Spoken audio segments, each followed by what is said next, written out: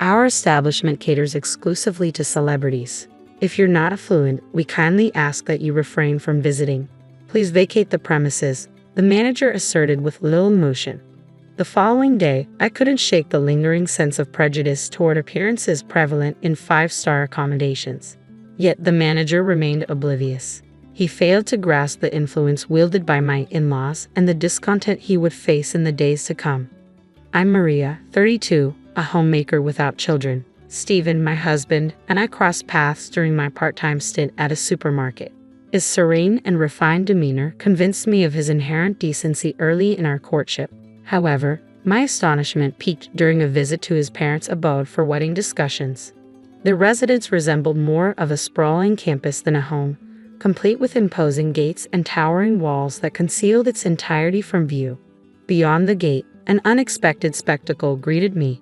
At the far end of the lengthy stone pathway stood a breathtaking country estate, reminiscent of a lavish villa. A meticulously maintained garden sprawled beside the grand structure, suggesting the handiwork of a skilled gardener. My eyes widened further as I caught sight of what seemed to be a pristine swimming pool and tennis courts nestled beyond. A wave of disbelief washed over me as I questioned the purpose of my visit. Stephen's dual role as a college student and part-time convenience store worker was indeed remarkable. How he managed such a balancing act puzzled me. According to Stephen, his family tree boasted a lineage of corporate titans, his father, mother, sister, and himself all holding esteemed positions as presidents of top companies. Unlike some celebrities who inherit family enterprises, Stephen's family forged their own paths as accomplished entrepreneurs.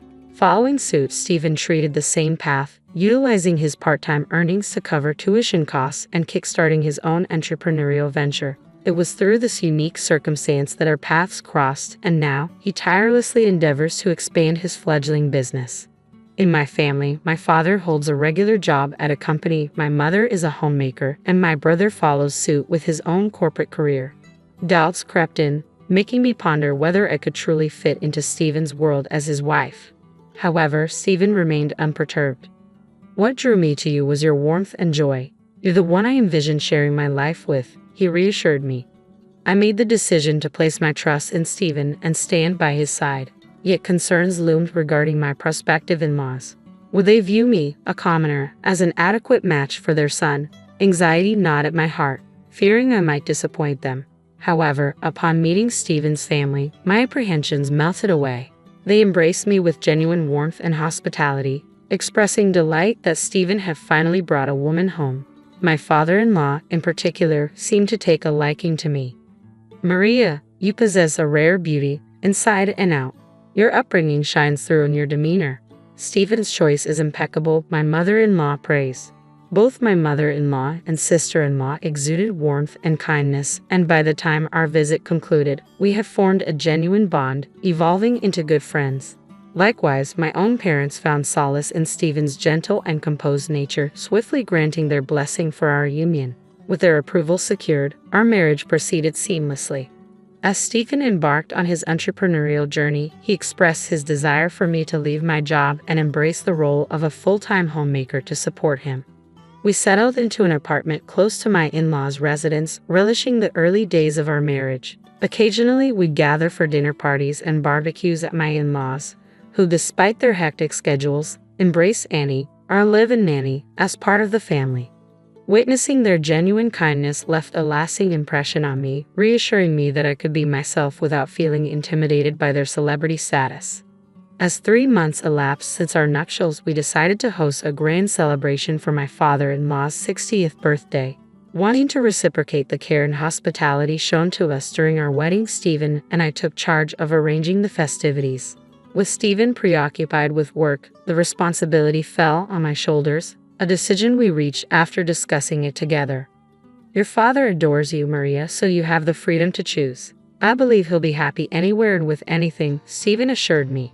Accepting that I had the liberty to make my own decisions proved to be the most challenging aspect.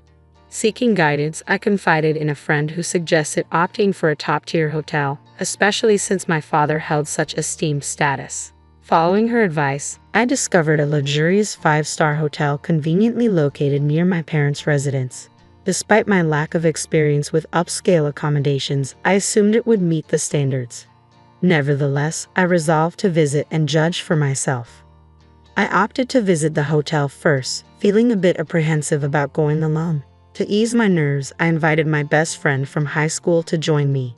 Upon making a reservation for lunch, I was immediately struck by the restaurant's impeccable and gracious service.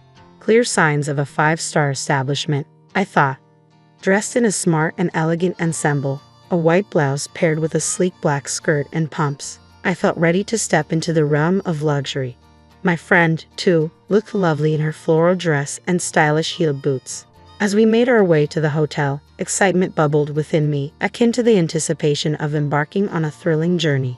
Little did I know, the experience awaiting us would exceed all expectations. I drove to the hotel in my trusty car, a faithful companion since my single days, and followed the directions to the parking lot situated at the roundabout near the entrance. The attendant who guided me was exceptionally courteous and helpful. However, as I stepped into the lobby, I couldn't shake the feeling of being watched. A sharply dressed man caught my attention. His stern gaze seemed to pierce through me. Though he bore the demeanor of a hotel staff member, neither my friend nor I recognized him. His impeccable suit and poised posture exuded an air of authority. I couldn't fathom why he was scrutinizing us so intently. Descending into the underground parking lot, I couldn't help but feel a twinge of self-consciousness as my modest car stood amidst a lineup of sleek black luxury vehicles. Observing some guests being chauffeured in with doors ceremoniously opened for them only added to my unease. Tempted to hail a cab, I hesitated, knowing it would only delay my arrival when I was already so close to home. As my friend and I entered the hotel, the individual who had been observing us approached. "You seem a bit out of place here. Can I be of assistance?" he asked, his tone polite yet carrying a hint of condescension that didn't sit well with me. "I have a lunch reservation here." "What do you mean by unsuitable for the hotel?" I questioned, feeling the surge of indignation. The taller man continued, his gaze directed down at me. "Your choice of vehicle and attire don't quite align with the usual clientele of this establishment," he remarked, punctuating his statement with a laugh. My cheeks flushed with embarrassment, appalled by his snobbish demeanor. Unable to meet his gaze, my friend averted her eyes. Despite feeling the sting of embarrassment, I refused to let it drive me away. Though typically reserved, I possess a resilient spirit, and I was determined to confront the individual responsible for these disparaging remarks. I needed to know who dared to speak about me in such a derogatory manner. "Are you a member of the hotel staff?" I inquired sharply, my eyes fixed on him. "I happen to be the manager of this establishment," came his haughty reply. Privately, I couldn't help but find his emphasis on the hotel's prestigious rating rather absurd, though I chose to keep this observation to myself. His response only served to aggravate me further. "Does this hotel judge its patrons based on their cars and appearance, adjusting its treatment accordingly?" I challenged, refusing to back down. The manager's disdainful sniff and snort in response only fueled my determination. "The clientele should align with the hotel's esteemed reputation. Maintaining that standard ensures guests feel comfortable and at ease," he asserted. His words grated on my nerves. "Are you implying that we're somehow tarnishing the reputation of your establishment?" I retorted, feeling my irritation mounting. The manager clicked his tongue disapprovingly. I couldn't help but feel sorry for my friend, who I had invited along. The thought of canceling our reservation and leaving crossed my mind. Just as I was considering our next move, an elderly hotel staff member approached me and politely inquired, "Ma'am?" Upon learning of my lunch reservation, he respectfully acknowledged the manager with a bow and said, "Allow me to escort you to the restaurant." With a sense of relief, I followed him to our destination, noticing the manager's lingering bitter glare. Unlike the manager's demeanor, the hotel employee who guided us was courteous and welcoming. "You've traveled quite a distance, and I apologize for any discomfort you may have experienced. We're renowned for our exquisite cuisine, and I trust you'll have a delightful stay," the young manager offered apologetically. I couldn't help but wonder how such a youthful figure found himself at the helm of such a prestigious establishment. He explained that the hotel's previous owner had retired, passing the reins to his younger brother, with his son assuming the role of manager.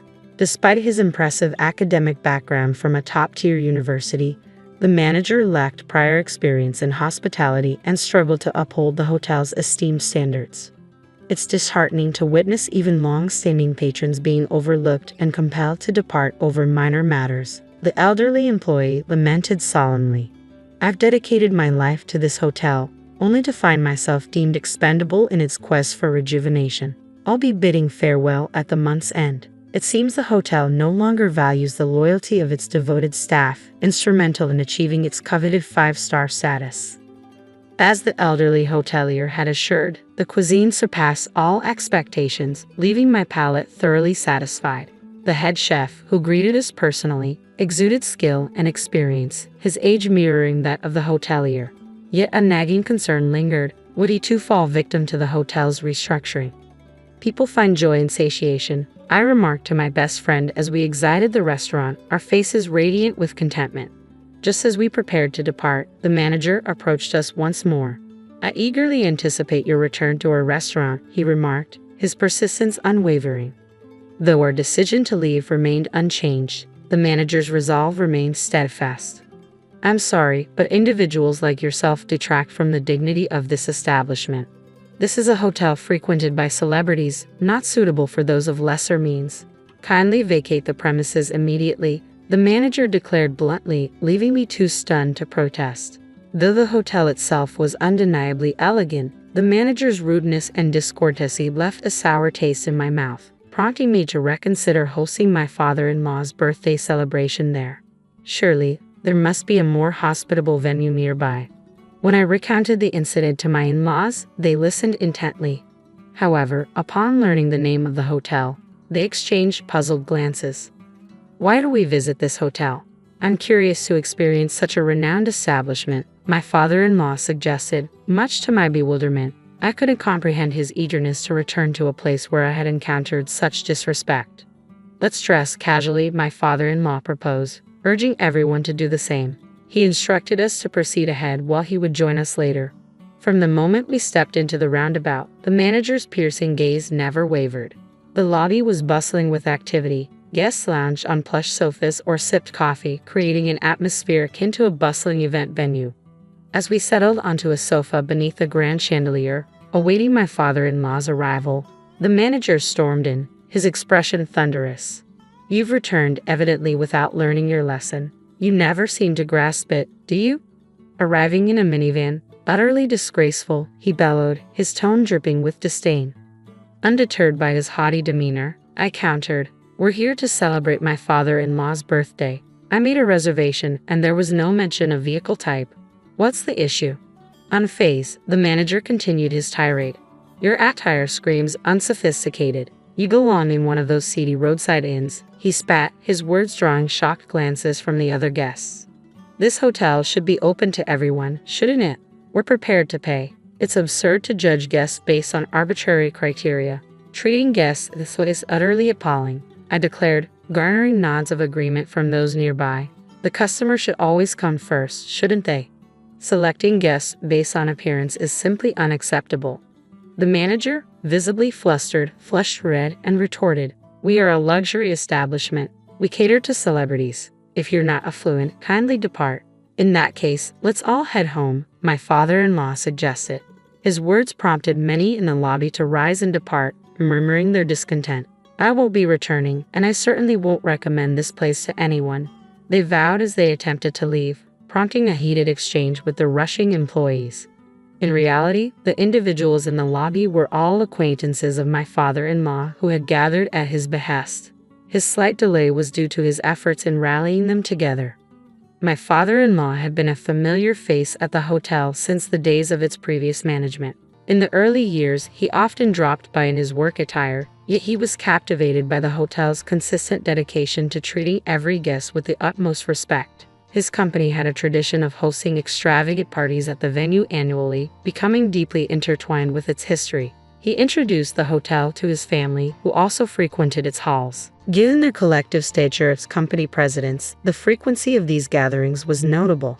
My mother-in-law utilized the hotel for client entertaining, while my sister-in-law conducted executive training sessions within its walls. Even my husband's company held celebratory events there, underscoring the significance of each family member's company to the hotel's success. Then, a voice broke the tension, begging for forgiveness. To our astonishment, it was none other than the hotel president, the manager's father, kneeling before us. The elderly hotelier, recognizing my father-in-law, had urgently contacted the president. With a profound apology, he chastised his son for his egregious behavior, compelling the manager to kneel alongside him in remorse. "I deeply regret the misunderstanding, sir. Had I known your esteemed position, the treatment would have been different. It was inappropriate to base service on financial status." The manager attempted to justify himself, but his excuses fell flat. "There's no need for apologies to me. It was my daughter-in-law who was mistreated by your manager, a woman as dear to me as my own daughter. Remember who the hotel truly serves. I have fond memories of your predecessor, but it's time to part ways," my father-in-law asserted firmly, signaling our departure from the five-star establishment. Leaving behind the pretentious atmosphere, we relocated to a beloved diner frequented by my family. With its cozy private rooms and welcoming ambience, the diner was the perfect setting to celebrate my father-in-law's milestone birthday. The delightful food and warm atmosphere brought joy to my in-laws, marking a memorable conclusion to the day. At my father-in-law's suggestion, we extended the celebration to include my parents, transforming the occasion into a lively and joyous affair. My husband and I gladly footed the bill for the party at the familiar diner. It was a modest expense for us, given the casual nature of the establishment. Once again, I reflected on our commitment to remain grounded, refusing to let wealth cloud our values or lead to misconceptions. As time passed, rumors circulated that the manager had been dismissed and demoted to the role of a cleaner. Although the specifics remained uncertain, it was clear that the hotel's reputation had suffered irreparable damage. 2 years later, the once illustrious establishment shuttered its doors for good, a cautionary tale of the consequences of arrogance and elitism. The next time I drove past the hotel, the sight was dismal. The glass windows shattered, furniture stacked haphazardly in front of the entrance, turning it into a desolate wasteland. The legacy of the hotel, once steeped in tradition, lay in ruins, all due to the actions of one misguided individual. Despite my father-in-law's humble upbringing, we share a strong bond, and I cherish the time spent with him, my husband, and the rest of my in-laws. As news of my pregnancy spreads, anticipation fills the air, with everyone eagerly awaiting the arrival of the newest addition to the family. My life's pretty straightforward. I'm all about fitness, health, and now, apparently, drama. I'm 26, juggling my job as a fitness trainer and my health blog. That's how I bumped into Mark at the sports center, a connection that quickly turned into something special. He's got this vibe that's hard to ignore, and before we knew it, we were deep in what you'd call a whirlwind romance. Now, let me set the scene for you. It was a hot summer day, and I was meeting Mark's family for the first time. I was nervous but excited. Dressed in a simple, knee-length dress with short sleeves, nothing flashy, but apparently, enough to kick off a storm. Mark had prepped me about his family, loving, a bit traditional, and protective of each other. He mentioned his mom, Linda, with a tone that I couldn't quite figure out at the time. "She's got strong opinions, but don't take it to heart," he said. Little did I know, those were words of warning. We walked into their family home, and there they were. Alex, Mark's younger brother, was the first to greet us, a hearty guy with a welcoming smile. Then came Linda. The air felt like it dropped a few degrees. Her eyes scanned me from head to toe, lingering on my arms. Yes, my arms. Bare because it was summer and it was sweltering outside. "Is this how you dress to meet your future mother-in-law? A bit bold, don't you think?" Linda's voice was colder than I expected, laced with a disapproval that felt like a slap. I was taken aback, my mind racing for the right words. Mark squeezed my hand, a silent form of support. I cleared my throat. "Well, it's summer, you know? It's quite hot outside, and I thought this was pretty decent and comfortable." Linda scoffed. "Comfortable or not, it's about first impressions." I would have expected something more appropriate. Mark jumped in, trying to smooth things over. "Mom, come on, it's really hot today. Eric is dressed fine. Let's not start off on the wrong foot." But Linda wasn't having any of it. I'm just saying, Mark. It's about respect. But fine, let's have dinner. Dinner was a tense affair. Conversations flowed around me, but Linda's earlier comments hung over the table like a dark cloud. Alex tried to lighten the mood, cracking jokes and sharing stories, which I was thankful for. Mark kept shooting me reassuring looks, but the damage was done. After dinner, while helping with the dishes, Linda cornered me in the kitchen. "Listen, dear, I'm just looking out for my son. He's a good boy, and I don't want him to make a mistake." I was floored. "A mistake? Linda, I love Mark, and I'm not here to play games. I don't know what I did to give you a bad impression, but that's not me." She just shook her head. "We'll see. Time tells all truths." The ride home was quiet. Mark apologized for his mom's behavior, but I could tell he was upset too. She can be protective, but this was too much. "I'm sorry, Erica." I sighed, leaning back in the seat. "It's okay, Mark. But if this is how it's going to be, we've got a rocky road ahead." The wedding planning was in full swing, and Mark and I were all in, picking out decorations, tasting cakes, and of course, finding the perfect attire.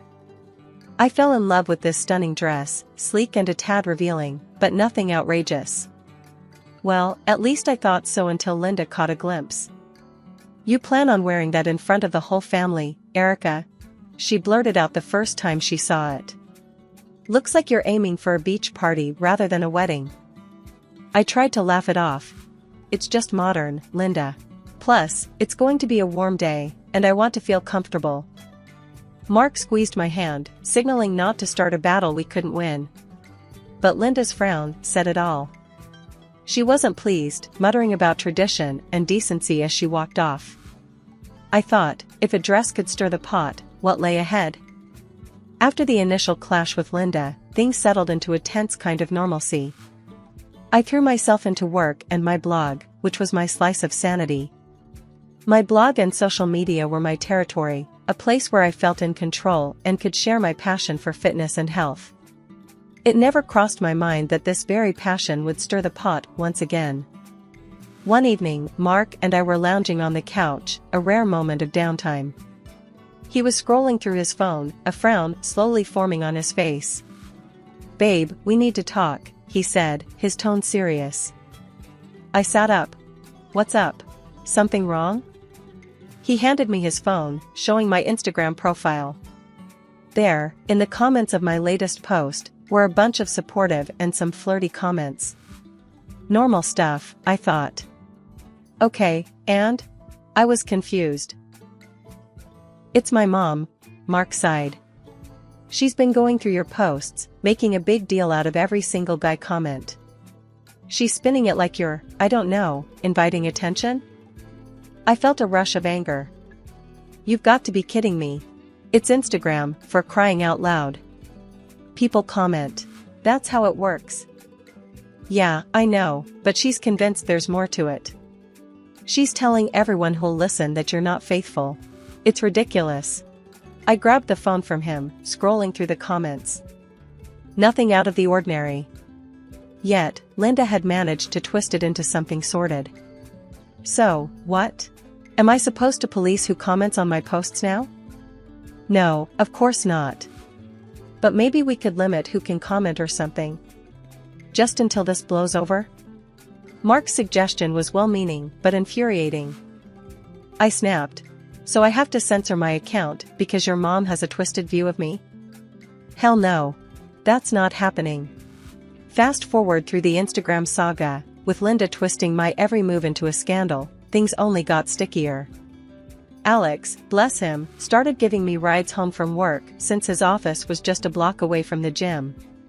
It was innocent convenience, but not to Linda's eyes. At a family dinner one evening, with the tension thick in the air, Linda started her usual insinuations. "Nice of Alex to play chauffeur, isn't it?" she said, her voice dripping with implication. "Seems like he's always there when Mark isn't." Mark's jaw tensed, and I saw Alex stiffen. "Mom, what are you implying?" Mark's voice had that warning edge, but Linda was on a roll. "Oh, nothing. Just making conversation," she replied, feigning innocence while her eyes darted between me and Alex. It was like a match to the fuse. "Stop it, Mom. You're out of line," Alex snapped, clearly at his limit. The argument escalated from there, with Mark caught in the middle, torn between his brother and his mother's accusations. The drive home was silent, the weight of the accusations hanging between us. I couldn't believe Linda would stoop so low, using Alex's kindness as a weapon against me. The whole mess with Linda reached a boiling point I never thought possible. After the latest stunt she pulled, accusing me of messing around because Alex gave me a few rides home, I hit my limit. I told Mark flat out, "Your mom's not welcome in our house anymore. I can't do it. She's crossed too many lines." "You'd think I'd declared war." Linda went ballistic when she heard about the ban. But honestly, I was past caring. Her constant digs and accusations were bad enough, but what came next was the real kicker. A couple of months down the line, I found out I was pregnant. Joy turned to chaos real quick. Linda, upon hearing the news, decided to spin a new tale, telling Mark she could be carrying anyone's child. "How do you know it's yours? With all those men at her gym, who knows?" Hearing that venom from his own mom, Mark started to change. He'd listen, really listen, to her poison. I could see it in his eyes, the doubt. It was like a slap in the face. Our once solid bond was now filled with this unspoken tension, eating away at us. One night, after overhearing another one of their phone calls, I confronted Mark. "So, what? You think I'm cheating on you? That this baby isn't yours?" My voice was sharp, a mix of hurt and anger. Mark looked torn, a shadow of himself. "I don't know what to think anymore, Erica. My mom, she's got all these ideas, and what? You're gonna take her word over mine? Over everything we've built?" I cut him off, disbelief coloring every word. He didn't answer. Just shuffled his feet and looked anywhere but at me. That silence spoke volumes, more than any argument ever could. Things between us got colder after that. Conversations were clipped, filled with tension. It was like living with a stranger. The joy of our upcoming baby was overshadowed by this cloud of suspicion and doubt. When our baby boy came into the world with his fair hair and bright blue eyes, I thought maybe, just maybe, things would start to look up. But I couldn't have been more wrong. As he grew, his features became even more pronounced, making him the spitting image of a golden-haired angel. Problem was, Mark, my husband, is as brunette and dark-eyed as they come, which, of course, gave Linda, the ever-suspicious mother-in-law, more ammo for her accusations. I even dug up my old childhood photos to show Linda and Mark, hoping it would shut down the whole ridiculous argument. "Look," I said, pointing to a picture of me at 5, blonde and blue-eyed, just like our son. "It's genetics, Linda. Can't you see the resemblance?" Linda just sniffed, unimpressed, her eyes narrowing. "Convenient, isn't it? That your genes decided to pop up now. And Alex being blonde doesn't help your case." Mark stood there, caught in the middle, his face a mix of confusion and hurt. The tension was unbearable. Things hit the fan at our son's first birthday party. With all the guests cooing over the baby, Linda couldn't resist making a scene. "This child looks nothing like my son. Everyone can see it. We need a DNA test to prove who the father really is," she announced out loud, making everyone uncomfortable. I was livid, my face burning with embarrassment and anger. "Are you out of your mind, Linda? Accusing me in front of everyone? No way am I doing some test just because your paranoia's got the better of you," I shot back, my voice dripping with indignation. It was humiliating, being accused like that, especially in front of friends and family. But then, Mark stepped in, and not in the way I hoped. "Actually, we're doing it," he said, his voice cold, a hardness in his eyes I hadn't seen before. "If you've got nothing to hide, then there's no issue. We do the test, or we're done. I can't be married to someone I don't trust." I was floored. You serious right now? You're choosing your mom's crazy over me, over your son? He didn't budge, didn't even seem to flinch at my words. It's not just my mom. There's too much doubt, too much talk. The test ends at one way or another. And until then? I asked, my heart in my throat, already dreading the answer. Pack your bags. Stay somewhere else. I can't look at you, not now, not with these doubts. His words cut through me, leaving a chill in their wake. So, there I was, packing up a storm, my hands shaking with a cocktail of rage and hurt. Our baby boy, oblivious to it all, watched with wide, innocent eyes as his world, and mine, crumbled. I left, heading to the only place I could think of, my mom's. My mom was waiting, arms wide open, when I got there. I barely got through the door, before I broke down. He's kicked us out, Mom. Over some DNA test Linda's convinced him we need. My mom was all fury, ready to storm over there and give Mark a piece of her mind. Over my dead body, she said, but I stopped her. No, it's not worth it. Not right now. I spent the night going over every moment, trying to figure out where it all went wrong. How did we get here, from being so in love to questioning our baby's paternity? And Alex, caught up in this mess for no good reason other than Linda's spite. After the whole mess at my son's first birthday, word got around fast. It felt like the whole city knew about Linda's accusations before the party favors were even picked up. My friends, my mom's friends, even the neighbors who'd watched me grow up, were all whispering behind my back. It was like living in a bad dream. Fed up and desperate to clear my name, I decided to go ahead with the DNA test. Picking up the phone, I called Mark, my voice steady, but my hands shaking. I'll do the test, I said, cutting straight to the chase. There was a pause on the other end before Mark replied, his voice too calm for my liking. I knew you'd come around. It's for the best. Arriving at the clinic, I was a bundle of nerves. Mark was there, looking like he carried the weight of the world on his shoulders. And, to my surprise, so was Alex. Why is he here? I asked, nodding toward Alex, unable to keep the edge out of my voice. Mark didn't meet my eyes as he answered. There's been talk that you and Alex might have, you know. He's getting tested too. I felt my blood boil at the implication. You think I'd, with your brother? That's how little you trust me? Before Mark could reply, the specialist called us in, breaking the tension for a moment. Inside, the specialist laid it out straight. Determining paternity can be complicated when potential fathers are siblings. We'll need additional samples from everyone involved, including from you, Erica, to ensure accuracy. So, we all gave our samples, each of us lost in our own thoughts. I could tell Alex was mortified, Mark was conflicted, and me? I was just angry. Angry that it had come to this, angry at Linda, angry at Mark for letting his mother's paranoia get this far. With the tests done, we were told it'd be a couple of weeks before we got the results. Those weeks were the longest of my life. I wasn't just sitting around, though.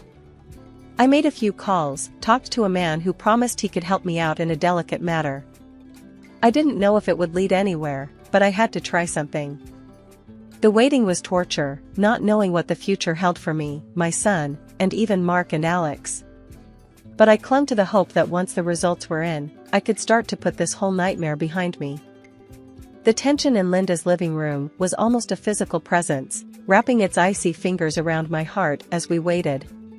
The grand reveal was about to happen, with everyone playing their part in this twisted family drama. My son clutched my hand, sensing the storm brewing but not understanding its cause. Linda, ever the master of ceremonies in her own mind, dramatically sliced open the envelope containing the DNA test results.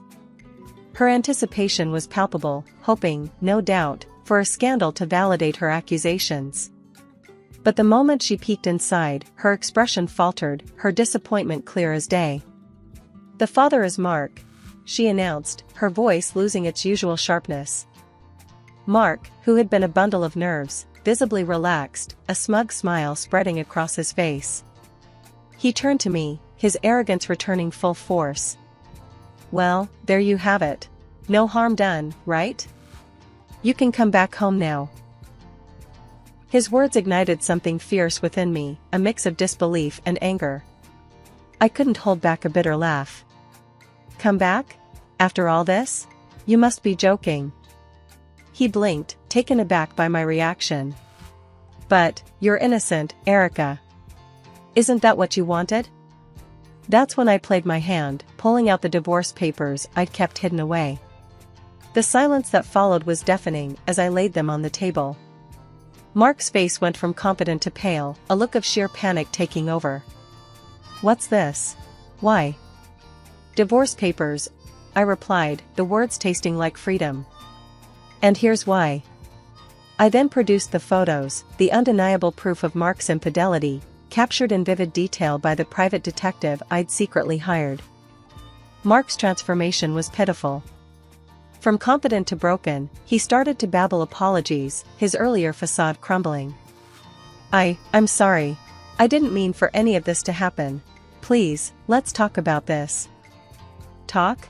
I scoffed, my voice cold.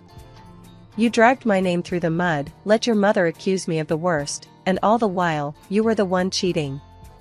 There's nothing to talk about." Linda attempted to intervene, her earlier eagerness for drama now replaced by a desperate need to salvage the situation. "Now, dear, let's all calm down. We can fix this." "Fix this?" I cut her off sharply. "Your son's a cheat.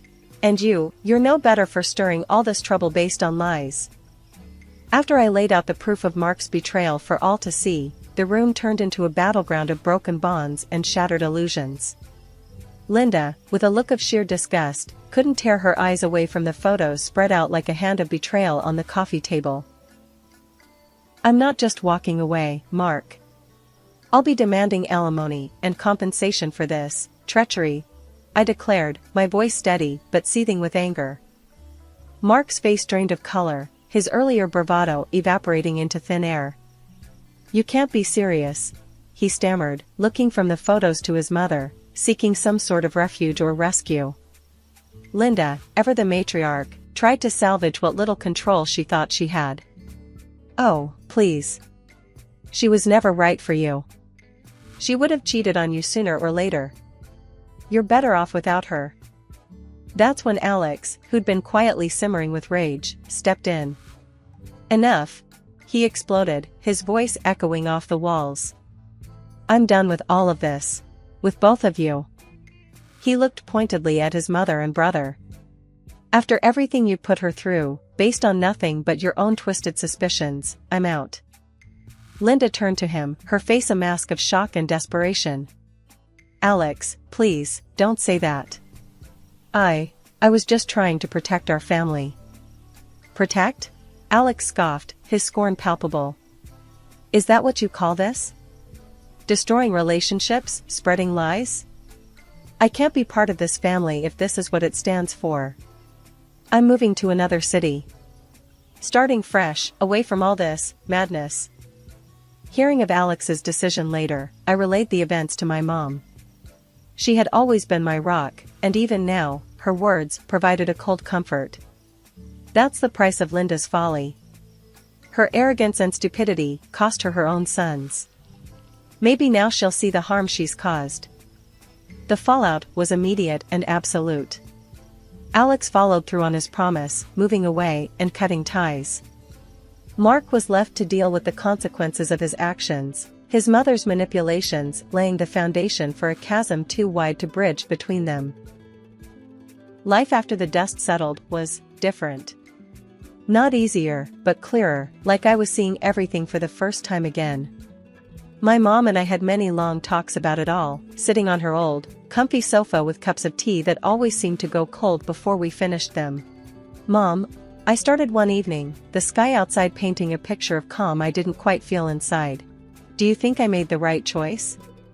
With everything, the divorce, standing up to Linda and Mark like that?" My mom set her cup down, turning to look at me with those wise eyes that had seen more of life than I ever wished to. Darling, you did what you had to do. You stood up for yourself, for your dignity. That's more important than staying in a marriage that was built on distrust. The biggest change, besides the obvious, was in Alex. He'd moved to another city, cutting ties with his family. He called me once, just before he left. I can't stay here, not after everything. I need to start fresh, somewhere where every corner doesn't remind me of all this. I understood. You'll always have a friend in me, Alex. You were the only one who really saw me through all this mess. He chuckled, a sound that held a shadow of our shared troubles. And you, me. Take care of yourself, alright? After hanging up, I couldn't help but feel a pang of loss. Not just for the relationship I thought I had with Mark, but for the family I thought I was part of. Months passed, and life found a new rhythm. My blog started picking up more traction, becoming a space where I could share not just tips on fitness and health, but also personal stories of resilience and starting over. It resonated with people, more than I expected. As I was settling into this new chapter of my life, finding solace in the routine I'd built for me and my boy, my phone rang out of the blue one afternoon. The screen flashed a name I hadn't seen in a while, Linda.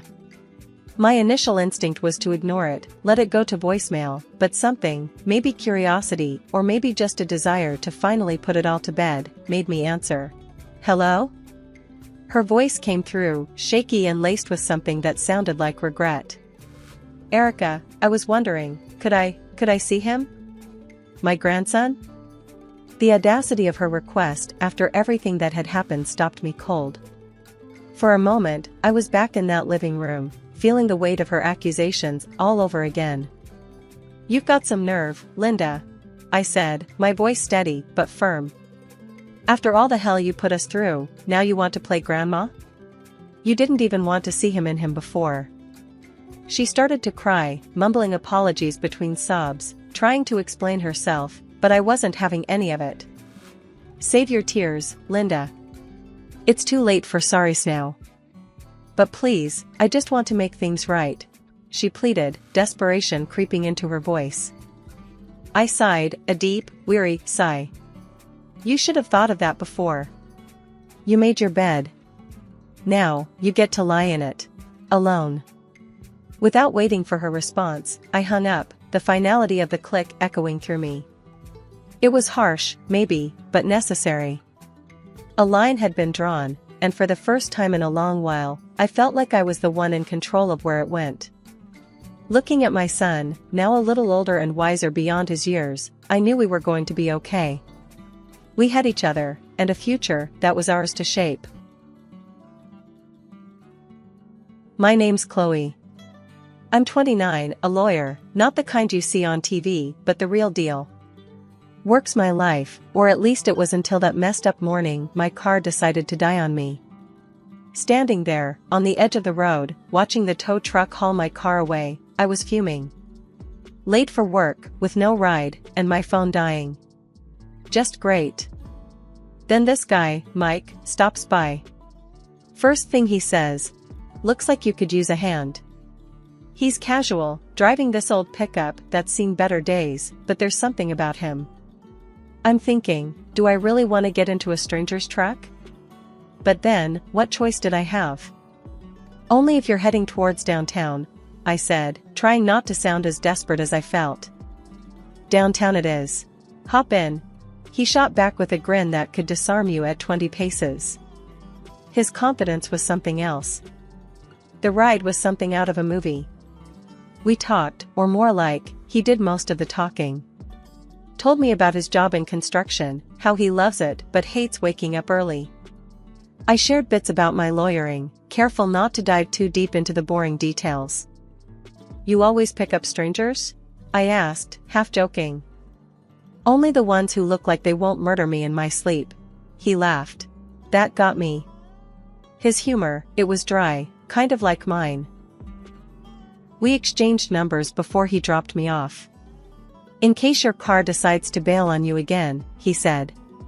I rolled my eyes, but smiled. Didn't think much of it then. Work was a blur, but I couldn't shake off the morning's adventure. Mike's number burned a hole in my phone. On a whim, I texted him, "My car's a traitor, but you're not. Coffee?" He replied almost instantly, "Thought you'd never ask." Mike and we clicked. Not just on the surface, but deep down.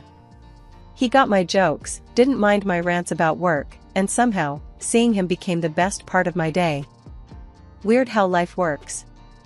One day you're cursing the heavens for a broken down car, and the next, you're waiting for a text from the guy who offered you a ride. That ride changed everything. Looking back, it's funny how moments like these, totally random, unplanned, can set the course of your whole life. But back then, I was just enjoying the ride, pun intended. Meeting Mike was a breath of fresh air, a reminder that sometimes, the best things come from the most unexpected places. And as for my car, well, it got fixed, but I found myself hoping for more mornings like that one, stranded or not. And sure enough, he called later that week, asking me out. We met up at this no-frills cafe, nothing fancy, just a cozy spot where we could talk. And talk we did. It was easy, like we'd known each other for ages. He made me laugh, listened to my rants, and somehow, time just flew by.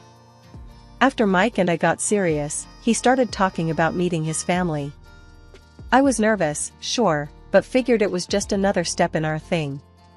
Mike had told me loads about his mom and sister, how they were this tight little clan since forever. I respected that. But nothing could have prepped me for the actual meet. We pulled up to their house, a cozy-looking place with a wild garden out front. Mike had this brace yourself look as we walked up. "Remember, they're a bit intense," he warned, ringing the bell. "Intense?" I echoed, raising an eyebrow. "I'm a lawyer, Mike. I deal with intense for breakfast." The door swung open, and there stood his mom, Carol, and sister, Lucy. First impressions? Carol had the scrutinizing gaze that could peel paint, and Lucy seemed to mirror her, minus a few years. "Mike. And you must be Chloe," Carol said, her voice sweet but her eyes doing a full audit. Come in, come in." The living room was like stepping into a different era, all antique furniture and photos.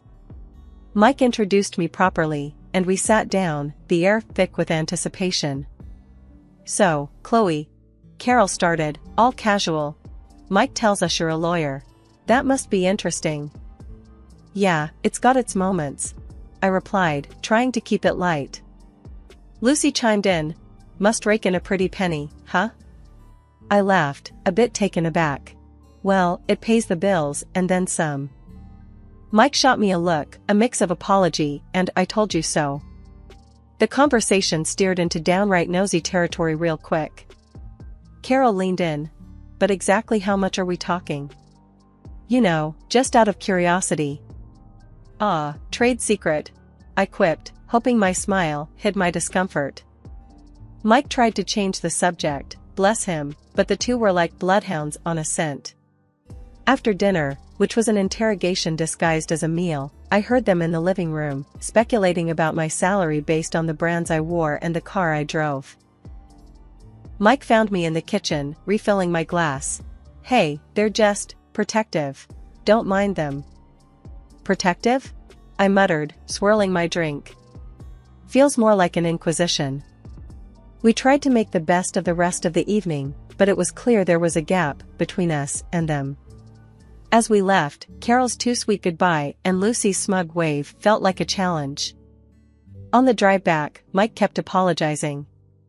"They can be a bit much. I'm sorry, Chloe." "It's fine," I said, though it wasn't, really. Just wasn't expecting the Spanish Inquisition. Mike laughed, that easy sound I'd fallen for. No one expects the Spanish Inquisition. It was our first real test, meeting his family. I thought back to my own, no-nonsense folks who valued privacy and respect.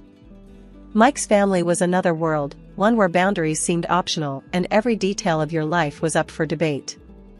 But I liked Mike a lot. Enough to weather a bit of family drama. Still, as we headed home, I couldn't shake the feeling that this was just the beginning. Little did I know how right I was. Marrying Mike was like a whirlwind. Everything happened so fast, from the proposal to planning the wedding.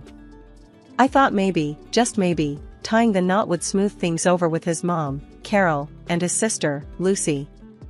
Spoiler alert, I was wrong.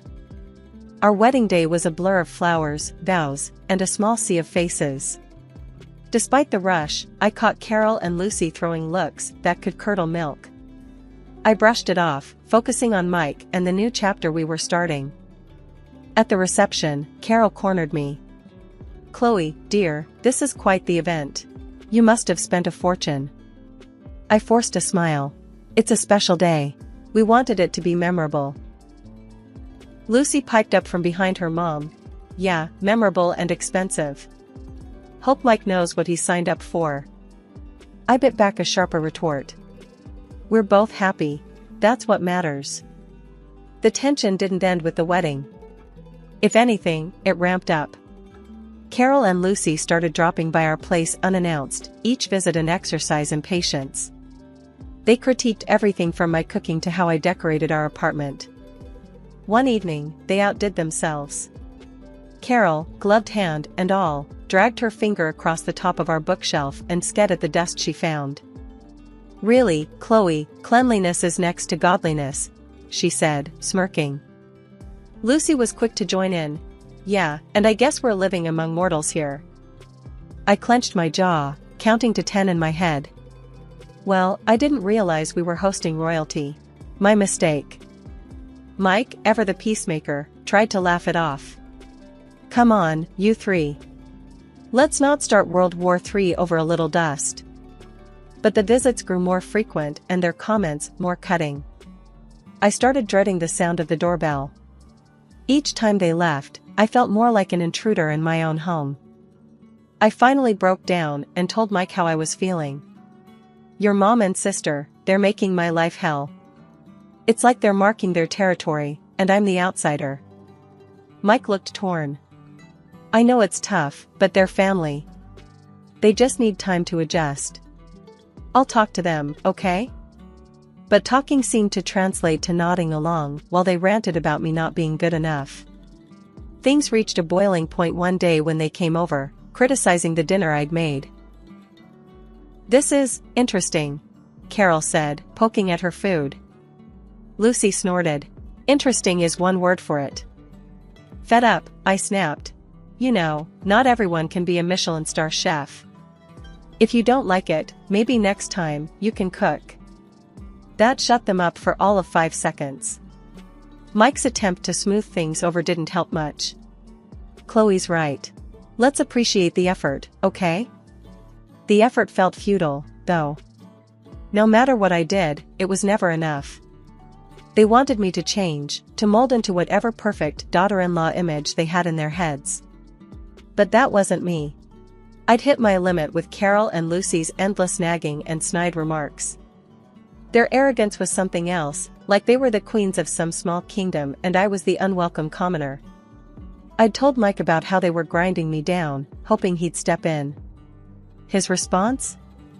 "I'll talk to them," he said, his voice so wishy-washy it made me see red.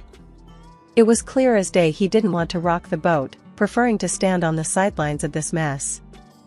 That was the last straw for me. I wasn't about to play the silent sufferer in my own home. If Mike wasn't going to stand up to them, I sure as hell would. The next time they decided to grace us with their presence, I had a plan. We were all sitting around the dinner table, the air already thick with tension. I saw my moment and took it.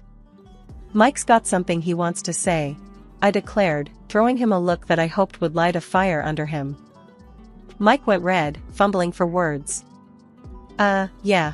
Mom, Lucy, you should really show Chloe some respect," he mumbled, barely meeting anyone's eyes. You could have heard a pin drop. Carol's face went from 0 to furious in a heartbeat. "Respect?" she spat, her anger not aimed at Mike, but squarely at me. "I will not let you cause a rift between my son and me." The room felt like it was spinning. Here we were, the whole sorry mess out in the open. Mike was squirming, looking anywhere but at us. Carol was in full battle mode, and Lucy? She just sat there, smirking like she was watching her favorite show. "I'm not trying to start anything," I shot back, my voice steady even if my insides were anything but. "I'm just saying, this is my home too. I deserve to be treated with some kind of decency." Carol snorted, a sound full of disdain. "Decency? This isn't about decency. It's about you trying to wedge yourself between me and my children." The accusation was ludicrous. All I'd ever wanted was to find some common ground, to be part of their family, not tear it apart. But standing there, facing Carol's wrath and Mike's silence, I felt a cold realization settle in. Maybe this was a battle I couldn't win. As the evening spiraled into a blur of heated words and cold silences, I wondered how we'd ever recover. Mike's half-hearted attempt at support had only thrown gasoline on the fire, and now I was the villain in Carol's story, the woman who dared to stand up for herself. The confrontation had been meant to clear the air, to finally draw some boundaries. Instead, it felt like I'd only succeeded in drawing battle lines, with me on one side and the family I'd hoped to join on the other. And Mike? He was still somewhere in the middle, unwilling or unable to choose a side. After that fight, my life turned upside down. Carol, my mother-in-law, made it her mission to make my existence a living hell. She'd pop over when I was dead on my feet from work, starting drama out of thin air. And when Mike got home, there she was, all tears and sob stories, claiming I was the villain, hurling insults her way. Mike, bless him, fell for it every time. We'd end up in arguments, him siding with Carol, leaving me feeling like I was taking crazy pills. It was like I was the outsider in my own marriage, speaking a language no one else understood. But it didn't stop there. A friend of mine let slip that Lucy was out there, telling anyone who'd listen that I was dirty in my work, hinting I was pocketing client money without paying taxes. That was the last straw. I'm no saint, but I don't mess around with my profession. I called Lucy, my words sharp as knives. You know, spreading lies about someone's work is called slander. And that can get you sued. Lucy's bravado crumbled real quick over the phone. I'll stop. I didn't mean anything by it, she stammered, the fear in her voice clear as day. But the damage was done. She went crying to Mike, playing the victim, and before I knew it, I was getting an earful. "Why are you bullying Lucy? Can't you see she's scared of you?" Mike's anger was a red flag, signaling deeper issues in our marriage. Every day, I felt more like an outsider, a stranger in a world where Carol and Lucy reigned supreme, and Mike was their loyal subject. The more I saw it, the more I realized, I was the odd one out, always going to be second to his mother and sister. The battles at home were one thing, but Lucy trying to tarnish my professional reputation? That was a low blow, even for them. I started to wonder if Mike would ever really have my back, or if I was doomed to be the villain in their twisted family drama. The phone call from Carol had been as pleasant as nails on a chalkboard. "Lucy's tying the knot. We're celebrating at Le Grande Plateau this Friday. You're coming," she stated, her voice broking no argument. My heart sank. The last thing I wanted was to spend an evening in the lion's den, but Mike was all about mending fences. It could be good for us, a fresh start, he argued with that eternal optimism of his. Reluctantly, I agreed. Le Grande Plateau was the kind of place where the prices on the menu made you do a double take, wondering if you'd accidentally wandered into a car dealership instead. Carol, Lucy, the groom-to-be, and his parents were already seated, attacking a seafood platter like it was their last meal.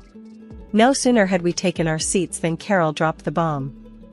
"Chloe, darling, we thought it'd be lovely if you covered tonight's feast.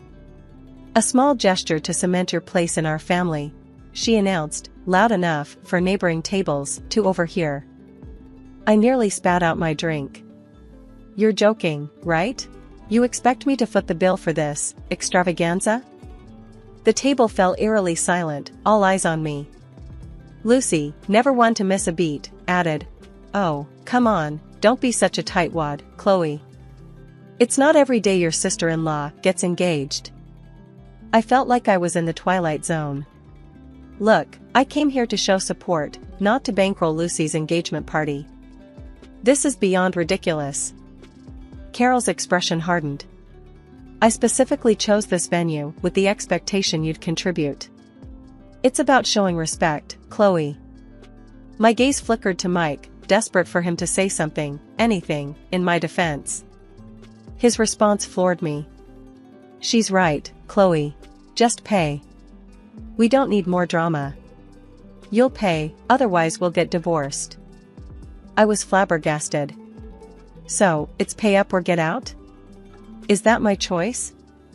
Are you seriously siding with them on this? Carol's smirk told me everything I needed to know. She thought she had won. But something inside me refused to let that happen. You want a divorce over this? Fine. Let's do it. I'm not your puppet. You could have heard a pin drop. The shock on their faces was a bittersweet victory. I stood, my chair scraping loudly against the tile. I've had enough. Enough of the manipulation, the insults, and this sham of a marriage. As I stormed out, their bitter words followed me, but they bounced off me like I was made of steel. I was done. Done playing the villain in their messed up family drama. Driving away, a torrent of emotions overwhelmed me. Fear, relief, anger, but above all, a sense of liberation.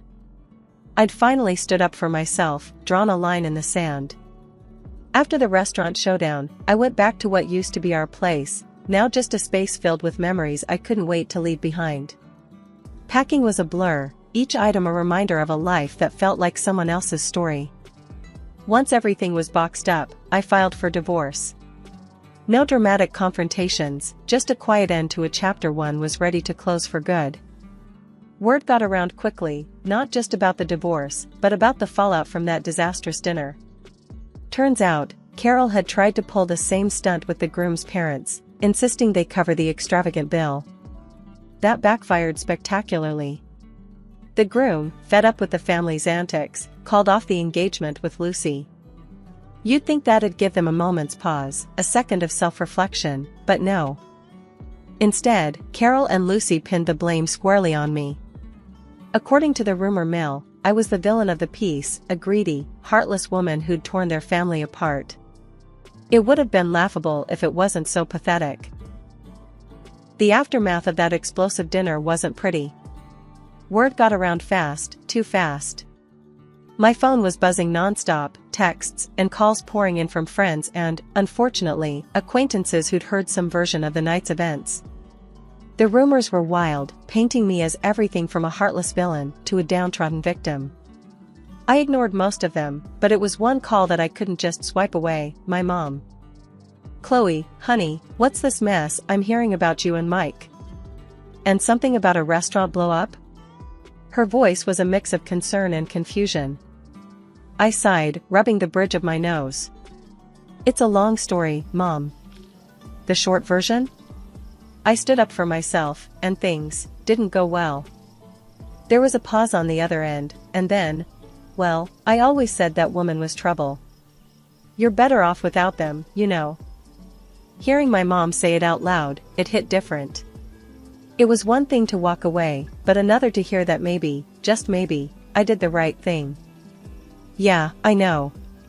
Just didn't expect everything to implode like this.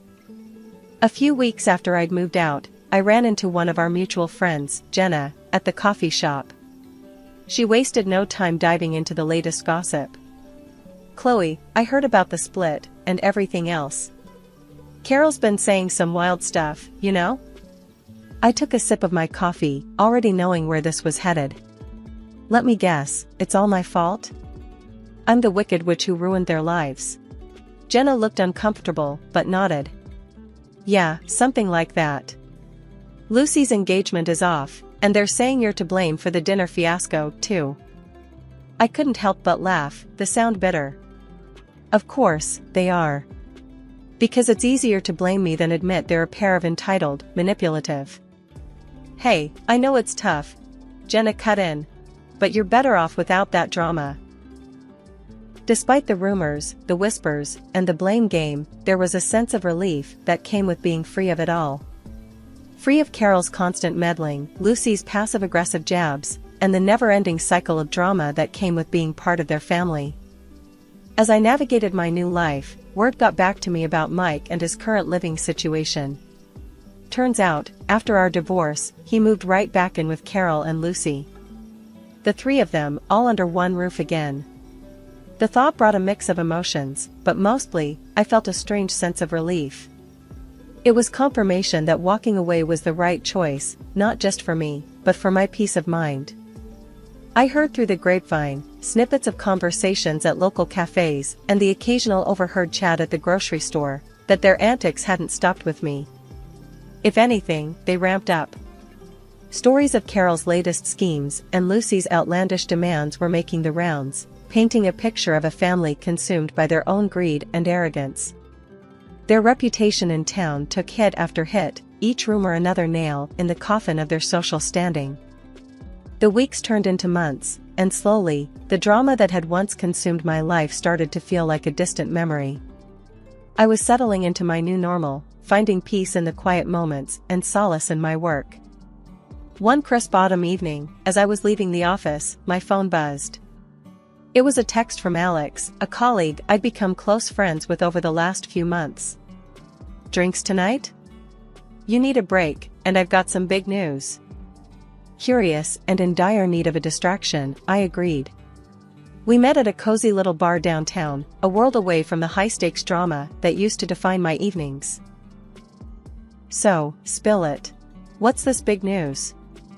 I asked, sipping on my drink, the warmth of the whiskey a welcome reprieve from the chill outside. Alex's eyes sparkled with excitement. "I'm starting my own firm, and I want you on board. You're one of the best lawyers I know, Chloe. What do you say?" The offer took me by surprise.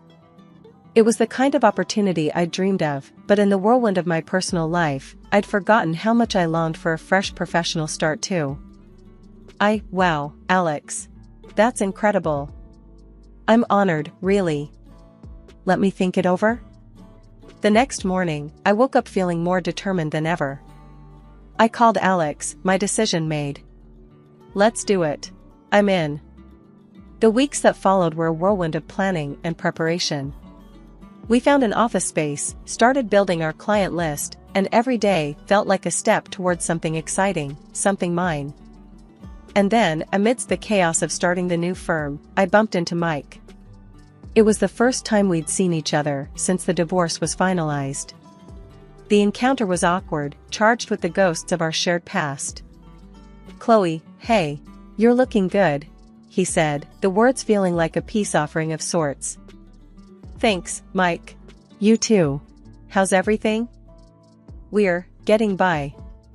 Mom and Lucy, they're still them, you know?" I nodded, no longer feeling the sting of their names. "I'm sure they are. Listen, Mike, I wish you all the best, really." As I walked away, I realized that this was what moving on felt like.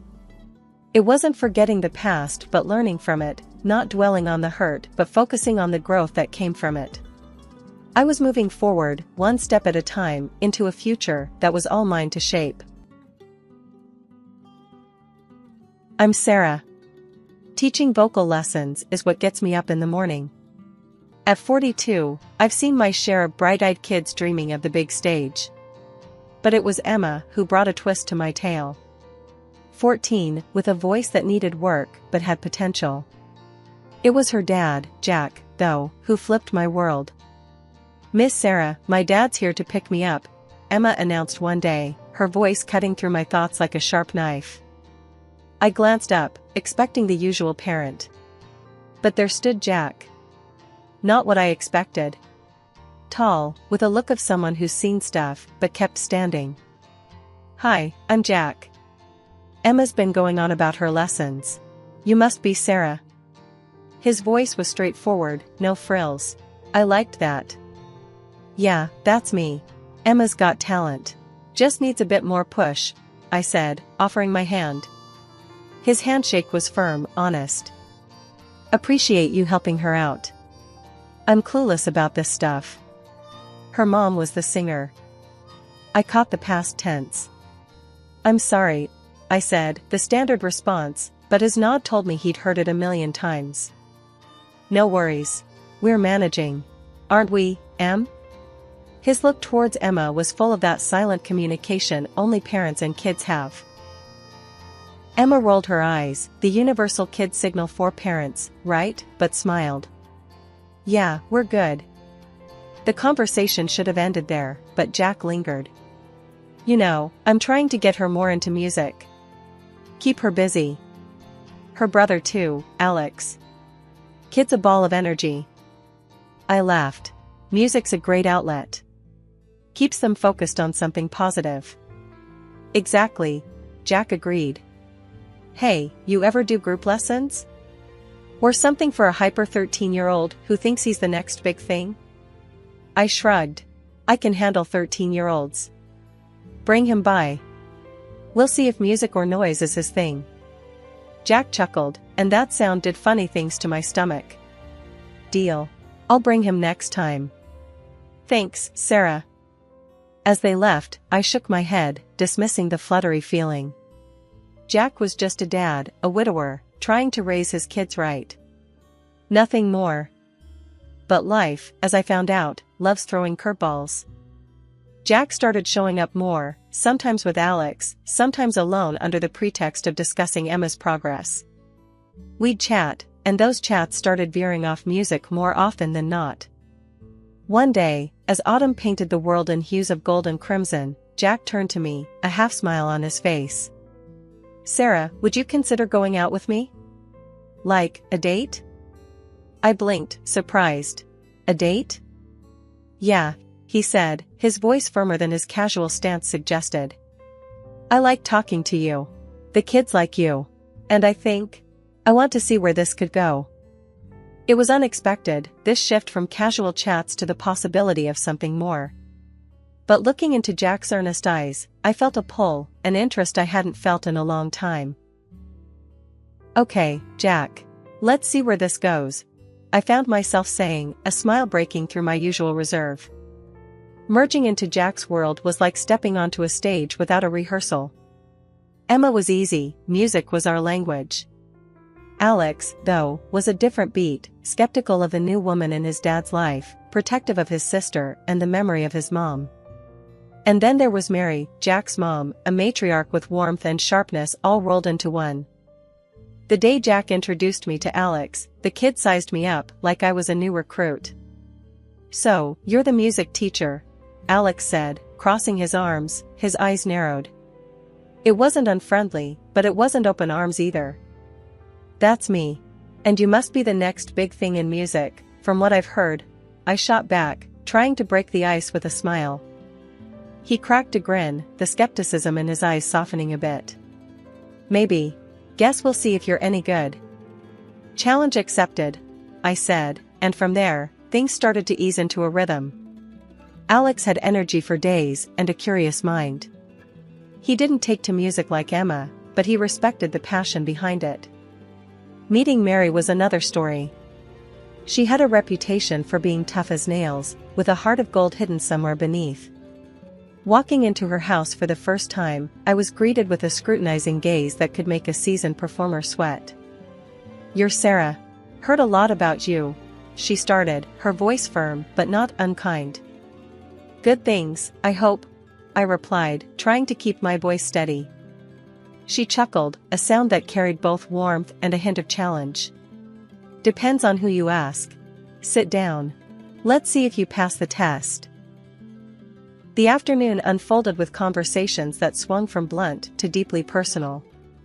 Mary didn't hold back, asking about my intentions with her son, my thoughts on family, and my ambitions.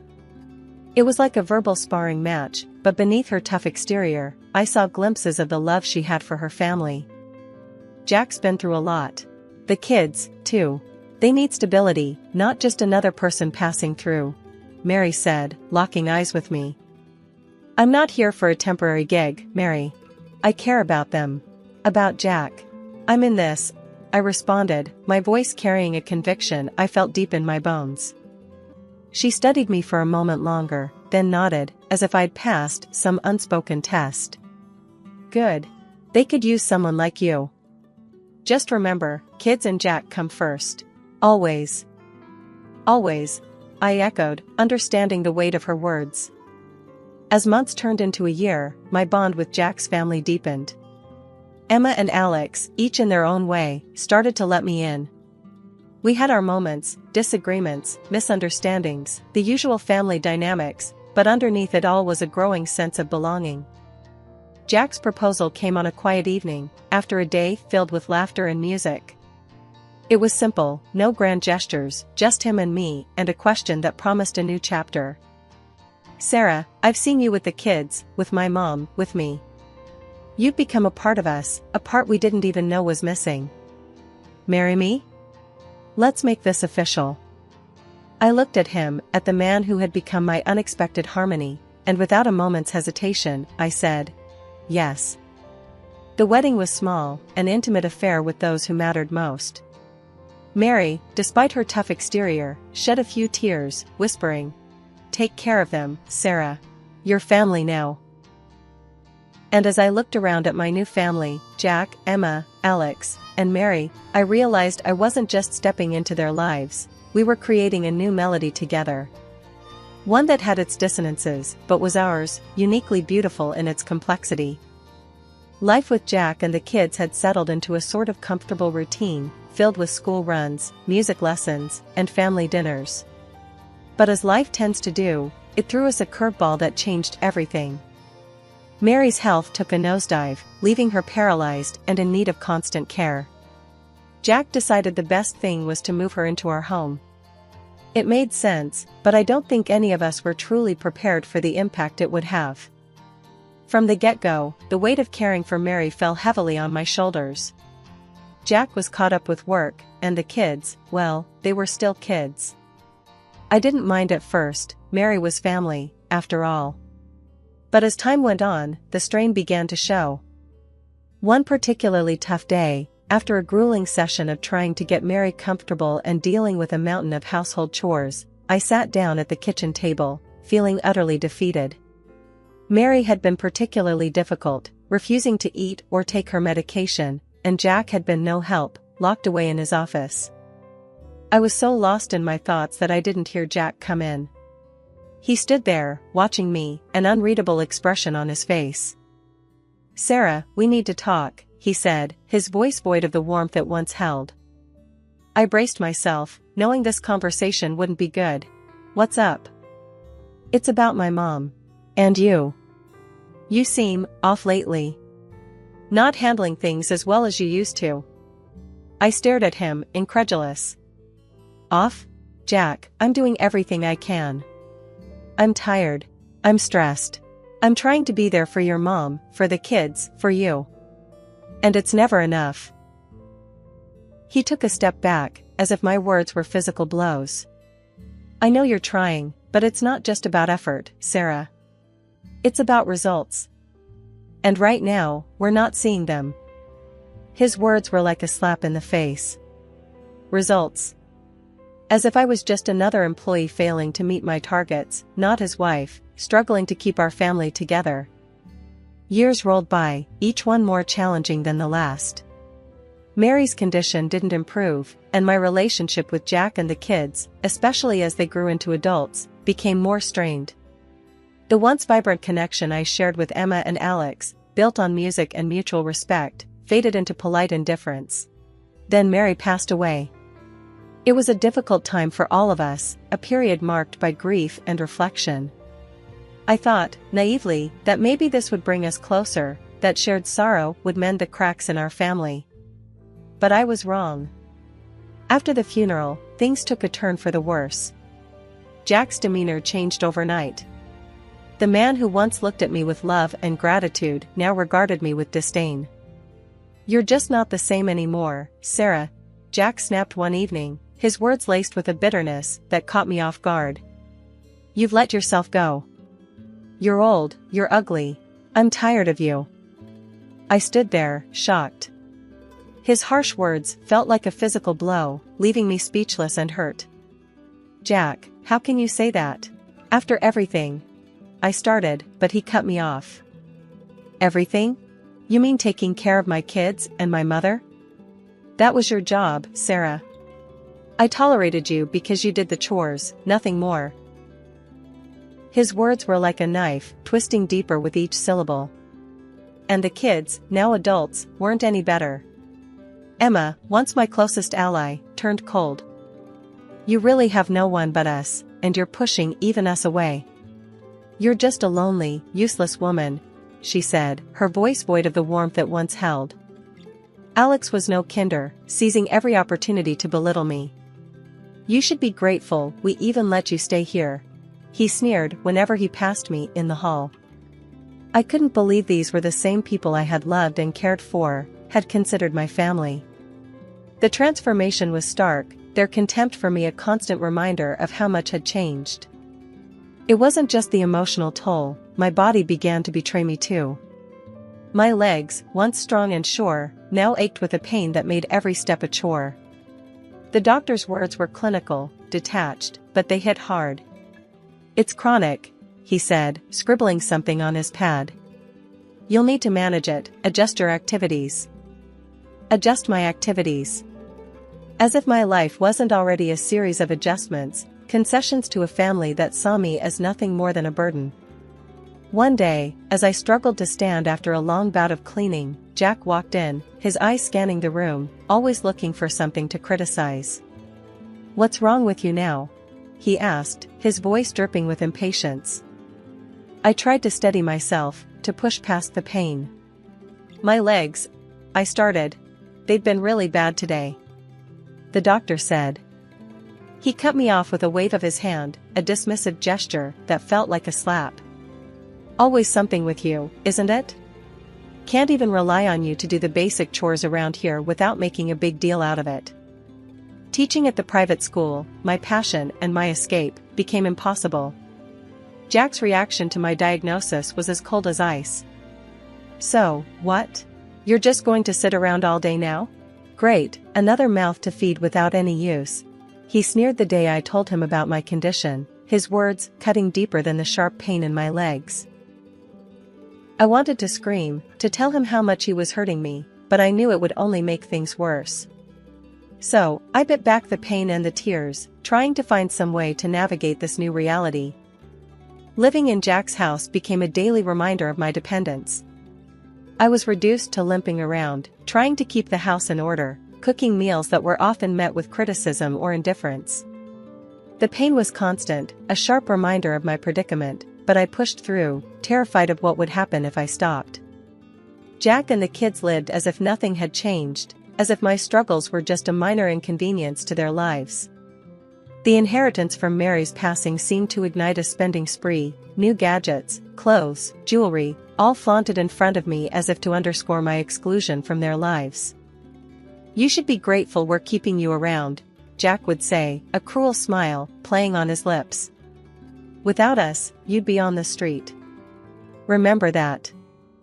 Emma and Alex took their cues from their father, treating me more like an unwanted servant than a stepmother. Don't forget to wash my new jeans, Sarah. Wouldn't want them ruined like you ruin everything else, Emma would toss over her shoulder, her words sharp as knives. Alex was no better. Make sure dinner's on time tonight. We've got places to be, and we can't wait around for you to limp around the kitchen, he'd say, his disdain barely veiled. I harbored fantasies of leaving, of finding some way to reclaim my independence and dignity. But the reality was harsh. With no income, no savings, and a body that betrayed me at every turn, I was stuck. My dreams of escape seemed just that, dreams, distant and unattainable. In the midst of my lowest point, feeling trapped and useless, I stumbled upon something that sparked a flicker of hope in me. It was during one of those long, sleepless nights, scrolling aimlessly through the internet on my old, barely functioning laptop. I found a forum for vocal teachers giving online lessons. The idea struck me like a lightning bolt. The next day, with the house empty and my heart pounding with a mix of excitement and fear, I set up a makeshift studio in the corner of my room. I wasn't sure if anyone would be interested, but I had to try. I recorded a simple introduction video, my voice shaky but determined, and posted it online. To my astonishment, inquiries started coming in. People were interested in learning from me, despite my physical limitations. For the first time in what felt like forever, I felt valued for my skills and knowledge. Jack and the kids noticed the change in me, but didn't know the cause. "What's got into you?" Jack asked one evening, his tone suspicious as he caught me humming while preparing dinner. "Just feeling a bit better today," I replied, keeping my eyes on the task at hand, hiding the fear that he would disapprove or, worse, try to stop me. He snorted, dismissing my response. "Well, don't get too happy. You've still got your duties around here." I nodded, my heart sinking, but I didn't let his words deter me. The hours I spent teaching online became my sanctuary, a place where I could be myself, share my love for music, and forget, even if just for a little while, the pain and humiliation I endured daily. I invested the little money I made from teaching into better equipment, slowly but surely building my online presence. The physical pain was still there, a constant reminder of my limitations, but when I was teaching, it receded into the background, overshadowed by the joy of connecting with my students. As the months went by, I took a moment to look at the numbers, something I had been avoiding, afraid to jinx it. But there it was, clear as day on my screen. I was making money. Real money. More than I ever made teaching at the private school. More than I ever thought possible from the confines of this oppressive house. And shockingly, more than Jack made with his so-called prestigious job. I remember sitting there, staring at the figures, a mix of disbelief and triumph washing over me. For so long, I had felt like a burden, a financial leech in Jack's eyes, but here I was, earning my own way, and not just scraping by but actually doing better than him. For a moment, I let myself bask in the success, allowing the numbers to speak for themselves. I was doing this. I was making it happen, despite everything that had been thrown my way. It was a silent victory, one I couldn't share with anyone in the house, but it was mine all the same. The betrayal that came was not just a single moment of cruelty, but a culmination of years of disregard and contempt, crystallized into one devastating dinner conversation. There we were, sitting around the table, me serving them as I always did, when Jack decided to drop his bombshell with a smirk that I had come to loathe. "I got promoted at work," he started, and for a brief, foolish moment, I thought maybe this was good news, something positive for once. But then he continued. "So, I bought a new house. A better one, fitting for my status." That's when the air around me grew cold, my hand stilled, the plate I was holding nearly slipping from my grasp. Before I could even muster a congratulations, he landed his cruel blow. "And I'll be moving there with the kids." "Not you. You're not coming." His words were like a slap, but the mocking laugh that followed was a knife to the heart. "I mean, come on, Sarah. Did you really think you'd fit in? An old limp like you? No, it's time I found someone younger, more suitable." The laughter that erupted from Emma cut even deeper. "Yeah, and guess what? This old house? Sold. Enjoy the streets, Sarah." I stood there, frozen, as he slid the divorce papers across the table. The audacity, the sheer coldness of it all, was staggering. Yet, as I looked at those papers, something within me refused to break. I didn't cry, didn't plead. I simply signed them, each stroke of my name a silent vow to myself. When morning came, I was ready. Jack and the kids watched with a mix of surprise and that familiar contempt as I hauled my bags to the door. Their parting words were meant to wound, to kick me when I was down. "Hope you like the flophouses, Sarah," Jack sneered, a cruel smile playing on his lips. But I walked out of that house with my head held high, the weight of their insults falling away with each step I took. For the first time in years, I felt a sense of freedom, a clarity that had been missing from my life. Settling into my new rented apartment was like breathing fresh air for the first time in years. It was my space, my sanctuary, where I could dive into my online vocal teaching without looking over my shoulder. Hearing from friends, I found out Jack had moved into that fancy new house with the kids.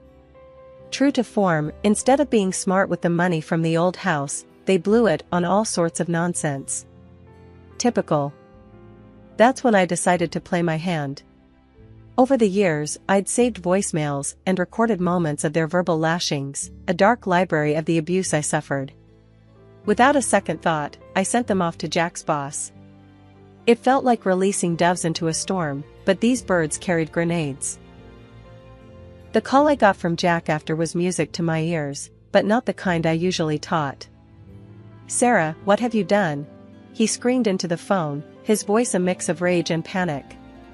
"They're demoting me, cutting my salary. How could you?" In the background, I could hear Emma and Alex, their voices shrill, hurling insults my way. But their words felt distant, inconsequential. "Oh, Jack," I said, a laugh bubbling up. "Looks like you're the one who might end up without a roof over your head. Meanwhile, I'm here, thinking about buying my own place." How the tables have turned. The silence that followed was sweet, filled with their disbelief and shock. Then Jack, ever the beggar now, started his plea.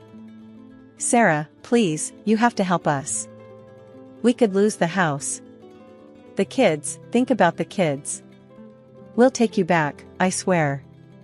We'll do anything." Hearing them grovel, offering to take me back as if they were doing me a favor, was the cherry on top. Take me back? To be your maid again? No, thanks. I've got better things to do. Hanging up the phone, I felt a weight lift off my shoulders, a final closure to a chapter of my life that had brought me nothing but pain. They were desperate, flailing in the mess they'd made, and for once, I wasn't there to clean it up. Through the grapevine, friends let slip that Jack, along with Emma and Alex, had been evicted. Couldn't keep up with the mortgage, they said. Now, they were crammed into some small apartment, the kids juggling jobs to make ends meet. The twist of fate wasn't lost on me. After everything they put me through, there was a bitter taste of justice in the air. Can you believe it? I mused aloud during a call with one of my closest friends from the teaching community, Lena. Jack and the kids, scrambling to keep a roof over their heads. After all that talk about me ending up in a flophouse. Lena's laugh crackled through the phone. Karma's a real kicker, ain't it? You, on the other hand, are living proof that what goes around comes around. You're doing amazing, Sarah. Then came the opportunity of a lifetime. A well-known music school reached out, having heard of my teaching success. They offered me a position, not just as a teacher, but as a coordinator for their online program. It was more than a job, it was recognition, a chance to influence and inspire on a scale I had never imagined. As I sat down to sign the contract, a wave of gratitude washed over me. To think, not so long ago, I was convinced my life had crumbled beyond repair. And now, here I was, signing a contract that was not just a job offer, but a symbol of my journey from darkness into light. The celebration that night was simple. Just me and a few close friends I had made along the way, including Lena, who had quickly become a pillar of support and friendship. As we raised our glasses in a toast, Lena leaned over and whispered, "You're an inspiration, Sarah. You've turned your life into a symphony of success." Her words struck a chord, and I found myself overwhelmed with emotion. "Thank you, Lena. It's been quite the journey. But you know what? I wouldn't change a thing. The hardships, the pain, it all led me here, to this moment, to a life I can be proud of." As the night wore on, filled with music and laughter, I realized that this was more than just a new chapter. It was a whole new book, a story of triumph over adversity, of finding harmony in the chaos. The party was already in full swing when I got there, music blasting and people everywhere, laughing and dancing. My friend Sarah's place was known for these blowouts, but tonight felt different. Maybe because I wasn't really in the mood for partying, considering the rough week at the dental clinic, dealing with patients who thought flossing was a suggestion rather than a necessity. I was nursing my drink, kinda zoning out, when he walked over. "Seems like you're not enjoying the party much," he said, his voice cutting through the noise. I looked up, a bit taken aback. He was older, probably in his early 40s, with that kind of distinguished look that some men seem to grow into. Just tired, I admitted, forcing a smile. Rough week at work. He laughed, a hearty sound that made a few heads turn. Tell me about it. I'm Mark, by the way. Laura, I said, shaking his hand. It was warm, his grip firm. So, Laura, what brings you to this madhouse? He asked, glancing around at the party chaos. Sarah's a friend from college. And you? I was curious. He didn't seem like the usual crowd here. I've known Sarah's uncle for years. Promised I'd show my face, he explained. We found ourselves a quieter corner and started talking. Turned out, Mark was into finance, something with stocks, which usually would bore me to tears, but the way he talked about it was kind of fascinating. And funny, too. He had this way of making even the driest topics seem interesting. At some point, he mentioned his upcoming birthday, almost as an afterthought. It's actually this coming Thursday. Another year closer to oblivion, he joked, a mock toast with his drink. Happy early birthday, then. I'll have to get you a present, I said, playing along with the jest. He raised an eyebrow, a smile playing on his lips. Oh, really? Well, I wouldn't say no to that. How about you join me for dinner? Consider it my birthday present. I laughed, thinking he was continuing the joke. Sure, why not? Beats spending your birthday alone, right? To my surprise, he took out his phone. Great. Let me get your number, and I'll send you the details. That's how I ended up agreeing to a dinner for Mark's birthday, barely an hour after meeting him. It was impulsive, sure, but there was something about him, something that made me want to say yes. The night of the dinner came quicker than I thought. It was at this cozy little restaurant downtown, just the right kind of place for a birthday dinner. Mark was already there, waiting with a smile that made my heart do a weird flip. Happy birthday, I said, handing him a small, wrapped gift. It was just a book I thought he'd like, nothing fancy. He looked genuinely touched, opening it with a care that made me feel. I don't know, special, I guess. This is perfect, Laura. Thank you. Dinner was amazing. We talked about everything and nothing, from our jobs to the crazy ways of the world. And the more we talked, the more I realized I was enjoying myself, enjoying his company. It was late when we finally left the restaurant. Thanks for a great birthday, Laura. It's been a long time since I've enjoyed one like this, Mark said, his voice sincere. I felt a warmth spread through me at his words. I'm glad I could make it special. Happy birthday, Mark. Who knew a simple birthday dinner could kick off a whirlwind like the one Mark and I found ourselves in? Not me, that's for sure. After that night, we started seeing each other more and more. It wasn't long before those casual dates turned into something that felt a lot like, well, like something serious. One chilly evening, we were walking down the street after grabbing a bite at this little dive that Mark loved. He was going on about something funny that happened at his office, his laughter echoing in the cool air.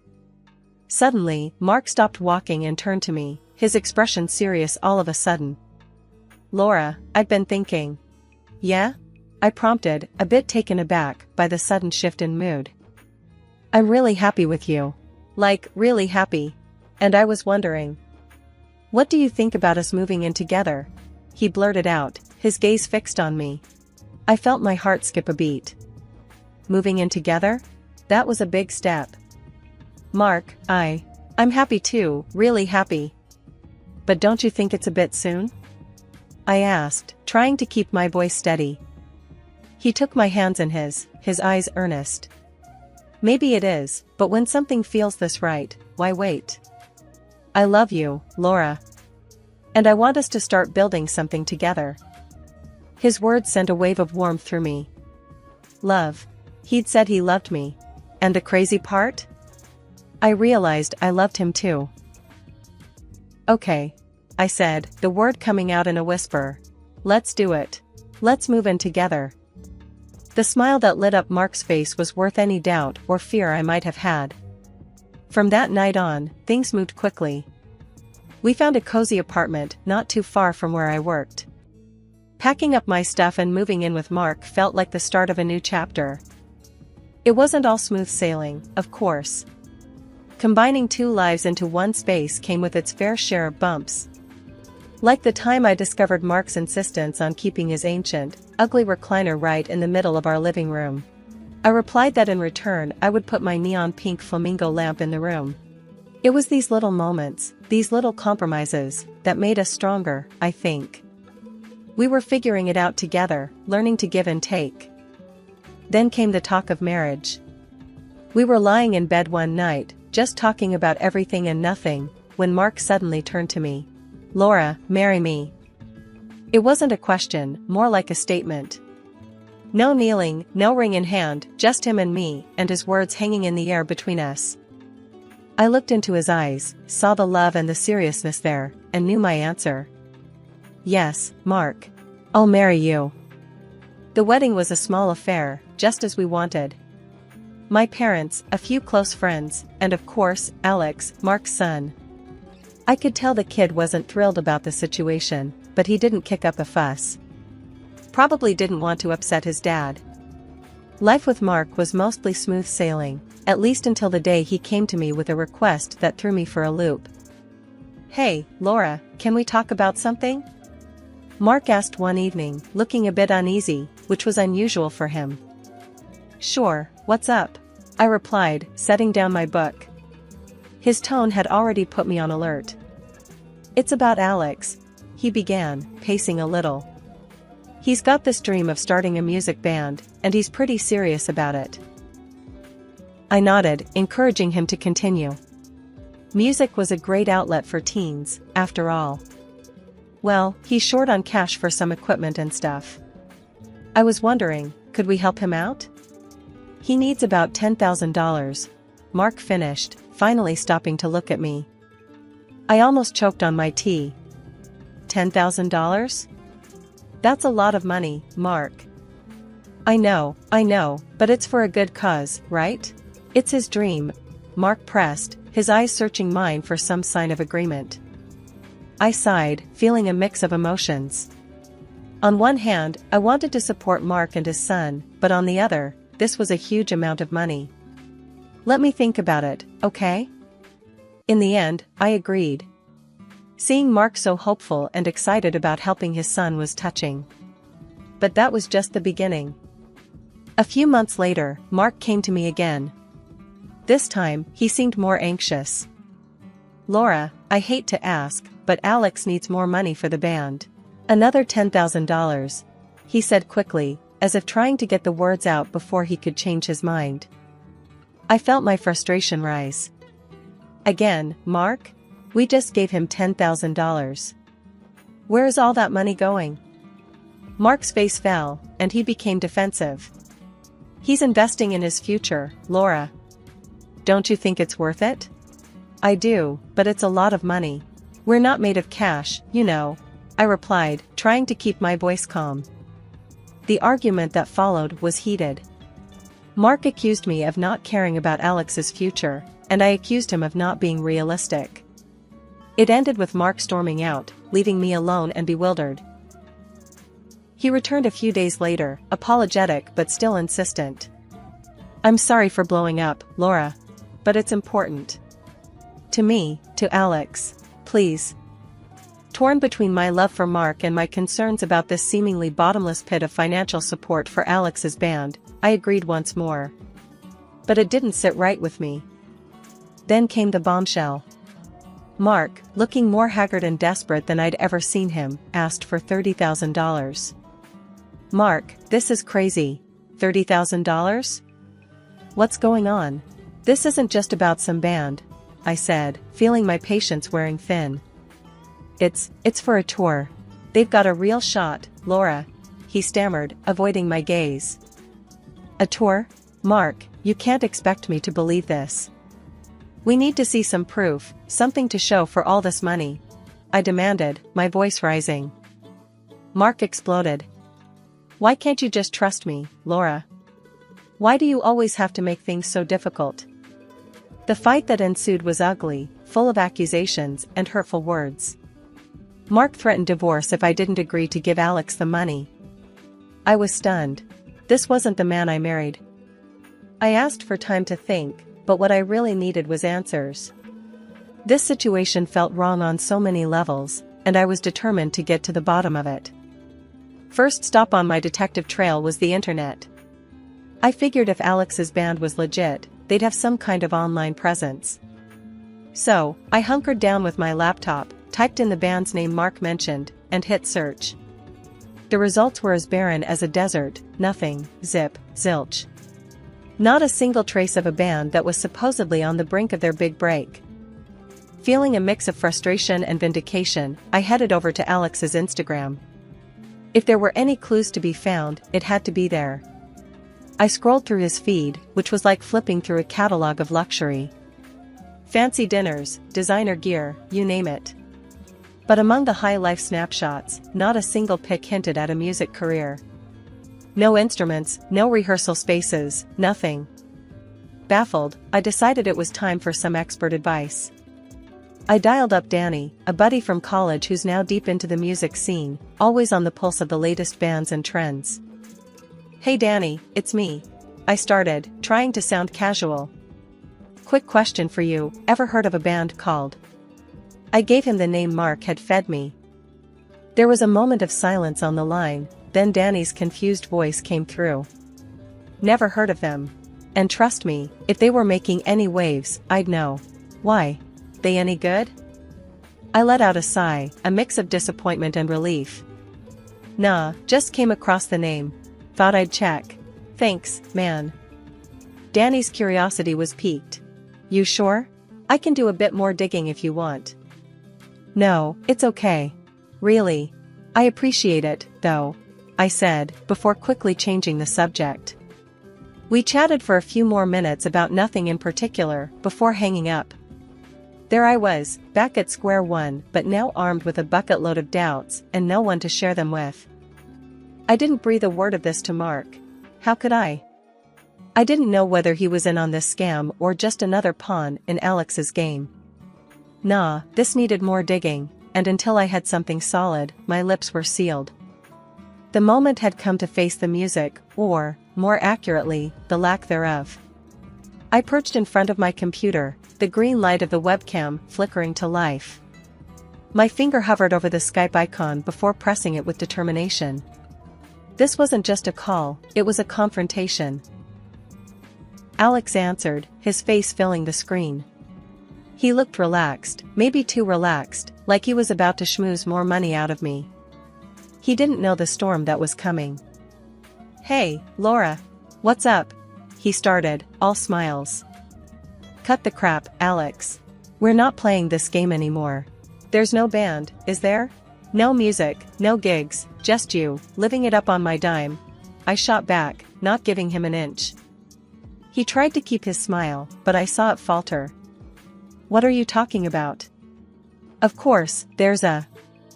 "Save it. I've done my homework. Your Instagram's a nice little portfolio of lies." "Yeah, your band is as real as a $3 bill. I cut him off, my voice sharp as a knife. For a moment, Alex looked like he was searching for another lie, another angle. But then, his expression shifted, darkened. "You're gonna regret poking your nose into this, Laura. I've got friends, the kind that make problems go away."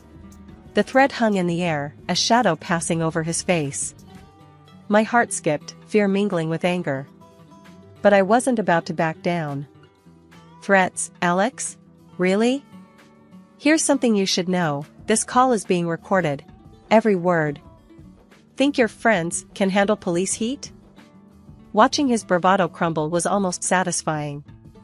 His face went from confident to pale, his eyes wide. "No, no, no. You can't." I was just... "Please, Laura. I made it up, okay? There's no gang, no friends. It's just me." The tears started, his tough act melting away to reveal a scared kid in over his head. But I was past sympathy. "All this, for what, Alex? Why the lies? Why the money?" He was sobbing now, a mess of regret and fear. I just wanted to be someone, you know? Someone important. The money, the lifestyle. I thought it would make me happy. And you lied to your father? That part of your happiness plan? I pushed, needing him to understand the weight of his actions. He flinched, wiping his eyes. It wasn't supposed to go this far. I found out about him and someone else. Photos. I thought I could use it too. I don't know, get more money, keep up the act. I felt cold, a chill that went bone deep. You have proof? Send it. Now. He didn't argue, quickly tapping away on his end. Moments later, my phone dinged with the incoming evidence. Photos of Mark in the arms of another woman, unmistakable in their betrayal. My heart broke, not just for the marriage I thought I had, but for the man I thought Mark was. Armed with the ugly truth and a heavy heart, I waited for Mark to come home. The air was thick with anticipation, almost suffocating. I rehearsed what I was going to say a million times over, but when I heard his key in the door, all my plans flew right out the window. He walked in, tired, the lines on his face more pronounced than ever. Hey, Laura. We need to, he started, but I cut him off. We need to talk. Now. I said, my voice firmer than I felt. Mark paused, looking at me, really looking, and he must have seen something in my eyes because he nodded, setting his bag down with a heaviness that matched my heart. Okay, what's wrong? I took a deep breath, the photos I'd received from Alex burning a hole in my pocket. It's about Alex, and you. I know everything, Mark. His face paled, the blood draining away as if I'd struck him. What do you mean? Laura, Don't you dare lie to me, not now. I've seen the photos, Mark. The ones Alex has been blackmailing you with. Of you and her. I spat out, the words tasting like bile. For a moment, he just stood there, a statue, then he slumped into a chair, his face in his hands. Laura, I don't know what to say. I'm sorry, I never wanted you to find out this way. Sorry? Is that supposed to make everything alright? You cheated on me, Mark. And then you let your son blackmail you into bleeding us dry. My voice was rising, a crescendo of betrayal and hurt. I know. It was a mistake, a terrible mistake. I was going to end it, I swear. And Alex. I didn't know how to handle it. I was scared of losing everything.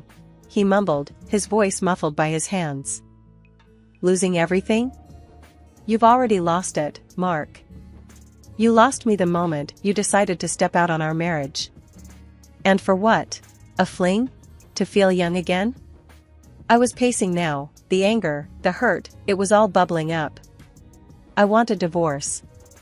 After the dust settled from our confrontation, the reality of my next steps began to sink in. Mark had retreated to a hotel, leaving me alone in the apartment we once shared, surrounded by memories that now felt like ghosts. I started packing, each item a reminder of the life I thought we were building together. It was surreal, sorting through our belongings, deciding what was mine and what we had shared. The packing didn't take as long as I thought. My life, it seemed, could be condensed into a few suitcases and boxes. A stark reminder of how quickly things can change, how swiftly the familiar can become past. Once everything was packed, I stood in the middle of the now bare living room, a pang of sadness hitting me. This was it. The end of a chapter.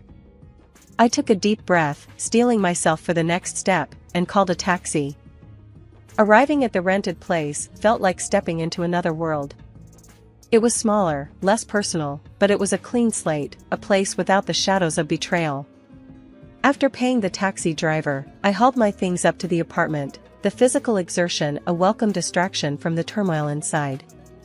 Once inside, surrounded by boxes and suitcases, I finally allowed myself a moment to breathe. The quiet of the apartment was a stark contrast to the storm of emotions I'd been living through. It was in this new silence that I realized the gravity of what had happened, of what I'd done. I'd left my husband, my home, and stepped into the unknown. Needing to hear a friendly voice, I picked up my phone and dialed Sarah, the friend whose birthday party had changed my life all those years ago. She answered on the second ring, her voice a balm to my frayed nerves. "Hey, it's me," I started, my voice steadier than I felt. "Hey, what's up? You sound off," she replied, her tone immediately shifting to concern. I took a deep breath, the words tumbling out. "I left Mark. I found out about everything. The affair, the lies, Alex's blackmail. I couldn't stay there, in that apartment, with all those memories." There was a sharp intake of breath on the other end. "Oh my God, Laura, I'm so sorry. Are you okay? Where are you?" "I'm in a rented apartment. Just needed to get away, to start figuring things out on my own," I explained, trying to keep the tremor out of my voice. "Laura, I'm here for you, whatever you need. I can't believe he would do that to you," Sarah said, her voice thick with emotion. "Thanks, Sarah. It means a lot. I just need some time, to process all of this."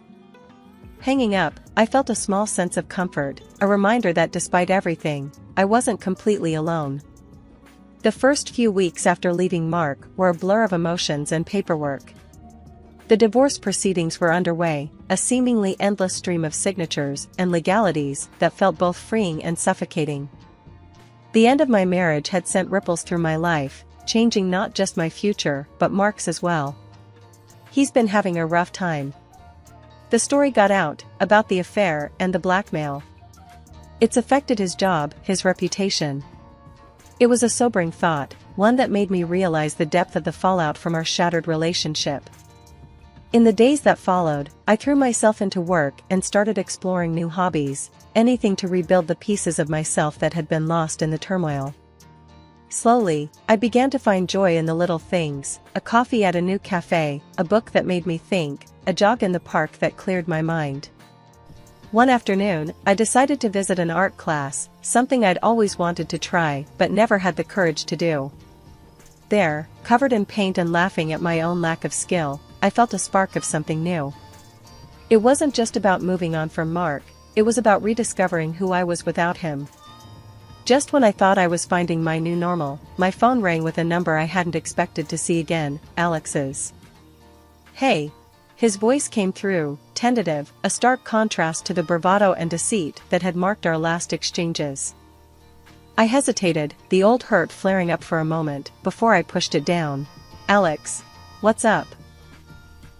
I just wanted to say I'm sorry, for everything. I messed up, big time. I realized I was chasing all the wrong things, for all the wrong reasons," he said, the words rushed, like he'd been rehearsing them. I listened, the silence on my end prompting him to continue. "It's just, I never really got much attention from Dad, And money, we never had enough. I thought if I could just live that life, even for a little while, it'd make things better. But I was wrong," he admitted, his voice laced with something that sounded a lot like regret. "Alex, I forgive you. But you need to understand, going down that path, using people, lying, it's only going to bring you more trouble," I said, my tone more gentle than I would have expected of myself. There was a pause, and then a quiet, "I know. I'm going to change, I promise. No more lies, no more schemes. I'm done with that life." His words held a note of sincerity that I hadn't heard from him before. It was enough to make me believe that maybe, just maybe, he was ready to turn a new leaf. "Good. Stick to that promise, Alex. It's never too late to start making the right choices," I encouraged, a part of me hoping he'd take my words to heart. We ended the call soon after, and I found myself staring at the phone long after the line had gone dead. Alex's apology and the promise of change were unexpected but welcome. It was a small step towards closing a painful chapter for both of us. In the days that followed, I threw myself even more into my work, my art, and my friendships. Each brushstroke on the canvas, each laugh shared with friends, felt like a declaration of my resilience, a testament to my ability to move forward. I'm Jess, a 26-year-old nurse who's seen enough to know life ain't always a smooth ride. The day that rock band rolled into town was a break from the usual chaos. Their music was my escape, something my soul craved more than my next breath. That night, I decided to let loose, heading to their concert alone, not knowing it'd change my life. The arena was packed, the air electric with anticipation. I wove through the crowd, finding a spot that felt like it was made just for me. That's when I bumped into him, literally. A tall guy with a mischievous smile, wearing a band tee that looked like it had seen better days. "Hey, watch it!" I snapped, more out of surprise than annoyance. "Sorry, didn't see you there," he replied, his grin widening. "You here alone?" "Yeah, and by the looks of it, so are you." I shot back, my defenses up. He laughed, a sound that seemed to cut through the pre-concert buzz. "Name's Tom. And yeah, I wouldn't miss this for the world. These guys are like the soundtrack to my life." "Jess," I said, offering a hand grudgingly. His grip was firm, reassuring somehow. "Same here. Grew up with their music." We chatted as if we'd known each other for years, not minutes. Tom had a way of making me laugh, really laugh, something I hadn't done in a while. When the concert started, we were lost in the music, together yet alone in our little bubble. After the encore, neither of us wanted the night to end. "Know a decent cafe around here?" Tom asked, his eyes searching mine. "Might do. Follow me," I said, leading the way. The cafe was quiet, a stark contrast to the concert's frenzy. We found a secluded corner, our conversation flowing as easily as the coffee. "So, nurse, huh? Bet you've got stories," Tom said, his voice a mix of curiosity and respect. "More than I can count. And what about you? What's your deal?" I asked, leaning in. "I work in IT. Not as exciting as saving lives, but it pays the bills." He shrugged, a hint of humility in his eyes. We talked about everything and nothing, from our craziest dreams to our mundane daily gripes. It felt natural, easy.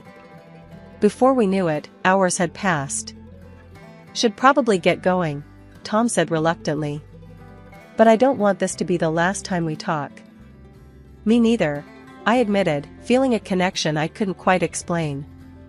We exchanged phones, typing in our numbers with the promise of a call. As we said goodbye, I felt something shift inside me. Maybe it was the music, the night, or just Tom himself, but I walked away feeling lighter, my heart pounding in my chest. After a few months of dating Tom, the day came to meet his family, or more accurately, his mom. He'd been upfront about living with her, saying she was all he had in terms of family. I respected that. My own family was just my grandma, after all. Tom's place was modest, a cozy little house with a garden that looked like it needed a bit of love. "Mom's inside," he said, a hint of nervousness in his voice as we approached the door. It struck me then how important this was to him, and suddenly, I was the one feeling jittery. The door swung open to reveal a woman in her late 50s, her hair a tangle of curls, eyes sharp as they landed on me. "So, you're Jess," she said, her voice carrying a note that I couldn't quite place. Was it curiosity? Suspicion? "Nice to meet you, Mrs. Johnson," I offered, extending a hand that she took after a brief hesitation. "Call me Linda," she said, leading us into the living room. The place was neat, filled with photos of Tom at various ages. It was clear he was the center of her world. We sat, and Linda wasted no time diving in. "Tom tells me you're a nurse. That's a hard job. You plan on doing that long?" I nodded, sensing where this was heading. "I love my job, but I'm also planning to study further, maybe become a doctor someday." Linda's eyes narrowed a bit. "A doctor, huh? That's a lot of school. Expensive, too." Tom jumped in, trying to smooth the waters. "Mom, Jess is really passionate about her work.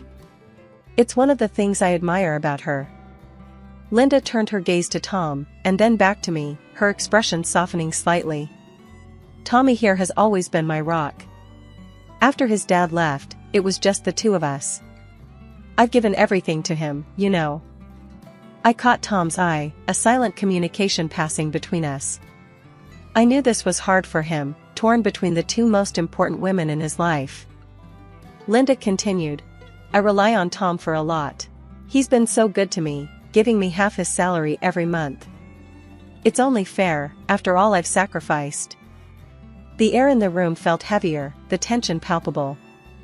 I didn't know what to say. It was clear Linda expected this arrangement to continue, even with me in the picture. And what about your family, Jess? Linda's question snapped me back to the moment. I was raised by my grandmother, I said, my voice steady. My parents died when I was young. Grandma's all I have. Linda nodded, a strange satisfaction in her eyes. Well, if you and Tom are serious, I'd expect you to contribute as well. $800 a month should cover it. I choked on the tea I'd been sipping. $800? Tom's hand found mine under the table, squeezing it gently. We'll work something out, Mom. Jess and I are a team now. When Tom and I decided to tie the knot, we knew it wouldn't be a lavish affair, but nothing prepared me for the battle over our wedding plans. Linda had her own ideas about saving money, which basically meant cutting down our guest list to a handful and scrapping any unnecessary celebrations. I wanted simple, sure, but I also wanted some joy, some celebration of us. One evening, as we sat down with Linda to discuss the wedding plans, the tension was thicker than the coffee Tom had brewed. So, I was thinking, Linda began, in that way that told you she wasn't just thinking, she was deciding. Why waste money on a big venue when we have a perfectly good backyard? Tom squeezed my hand under the table, a silent plea for patience. Mom, Jess, and I were hoping for a bit more, celebration. Not just a backyard thing. Linda's eyes narrowed, her lips pursing in that familiar line of disapproval. And who's going to pay for this celebration? You too? With what money? I took a deep breath, readying myself. We've been saving, Linda. And it's not like we want something extravagant. Just something a bit more special than the backyard. Linda scoffed. Special? You think spending money you don't have on one day is special? You know what's special? Security. Not starting your married life in debt. I could feel my patience wearing thin, but I held my ground. We understand the value of money, Linda. We're not talking about going into debt. Just a modest celebration at a small venue. We've done the math. Despite Linda's protests, we managed to reach a compromise of sorts, a small venue, close family and friends, and a strict budget. Linda insisted on overseeing the catering, claiming she could cut costs, which meant we ended up with a buffet that was more potluck than professional. On the day of our wedding, the venue looked, well, modest. My grandma, the one person from my family there, whispered to me as I readied myself, "This Linda, she's a piece of work, isn't she? Just remember, dear, you're marrying Tom, not his mother." The ceremony was short and sweet. Tom looked handsome, and when I walked down the aisle towards him, the look in his eyes told me we'd made the right choice. It was our moment, and even Linda couldn't tarnish that. At the reception, as guests mingled and the homemade buffet was served, Linda took it upon herself to remind everyone how much money we'd saved. "Just think what they can now put towards their future," she announced to a group of our friends, who nodded politely, their expressions a mix of amusement and sympathy. Tom's best man, Mike, a childhood friend who knew the family dynamics all too well, leaned over to us with a grin. "Hey, at least she didn't charge entry, right?" I laughed, the tension of the past weeks melting away in the warmth of the moment. Tom wrapped an arm around my waist, pulling me close. "We did it, Jess. Despite everything, we did it." "Yeah," I agreed, leaning my head against his shoulder. "And now, we start our lives together, just us." "And Linda," Tom added with a wry smile, earning him a playful jab in the ribs from me. Settling into married life with Tom was like navigating a boat on choppy waters. Our tiny rented apartment became our haven, a place where we planned to build our future together. But the shadow of financial strain loomed large over us, darkening even our brightest moments. One chilly evening, as we sat huddled over our budget spreadsheet, the reality of our situation hit me hard. "Look at this, Tom," I said, pointing at the screen. "After rent, bills, and your mom's $800, there's barely anything left for us." Tom rubbed his eyes, weary from the long day. "I know, Jess. But what can we do? Mom depends on that money." I sighed, frustration bubbling inside me. But does she really need that much? We're barely scraping by as it is. And we've been putting off so many things, like fixing the car, and even thinking about a down payment for a house. Tom's expression hardened, a defensive edge creeping into his voice. "Jess, we've been over this. My mom raised me by herself. It's my duty to take care of her now." The argument ended with us in a tense silence, each stewing in our own stubbornness. But it didn't end there. Linda, ever the persistent one, took to calling me regularly, each conversation a thinly veiled reminder not to forget the $800 monthly tribute to her bank account. And when calls didn't cut it, she'd appear at our doorstep, lamenting her hard life and hinting heavily that a little more financial support wouldn't go amiss. I did my best to ignore the hints, to smile and nod and change the subject. But it grated on me, the constant pressure, the relentless reminders of a debt Tom felt we owed. Finally, one evening, after another of Linda's visits, I couldn't hold it in any longer. "Tom, we need to talk about your mom," I started, the day's frustrations bubbling to the surface. "I'm tired, Tom. Tired of the hints, the constant pressure for more money. We're saving for a down payment, for our future.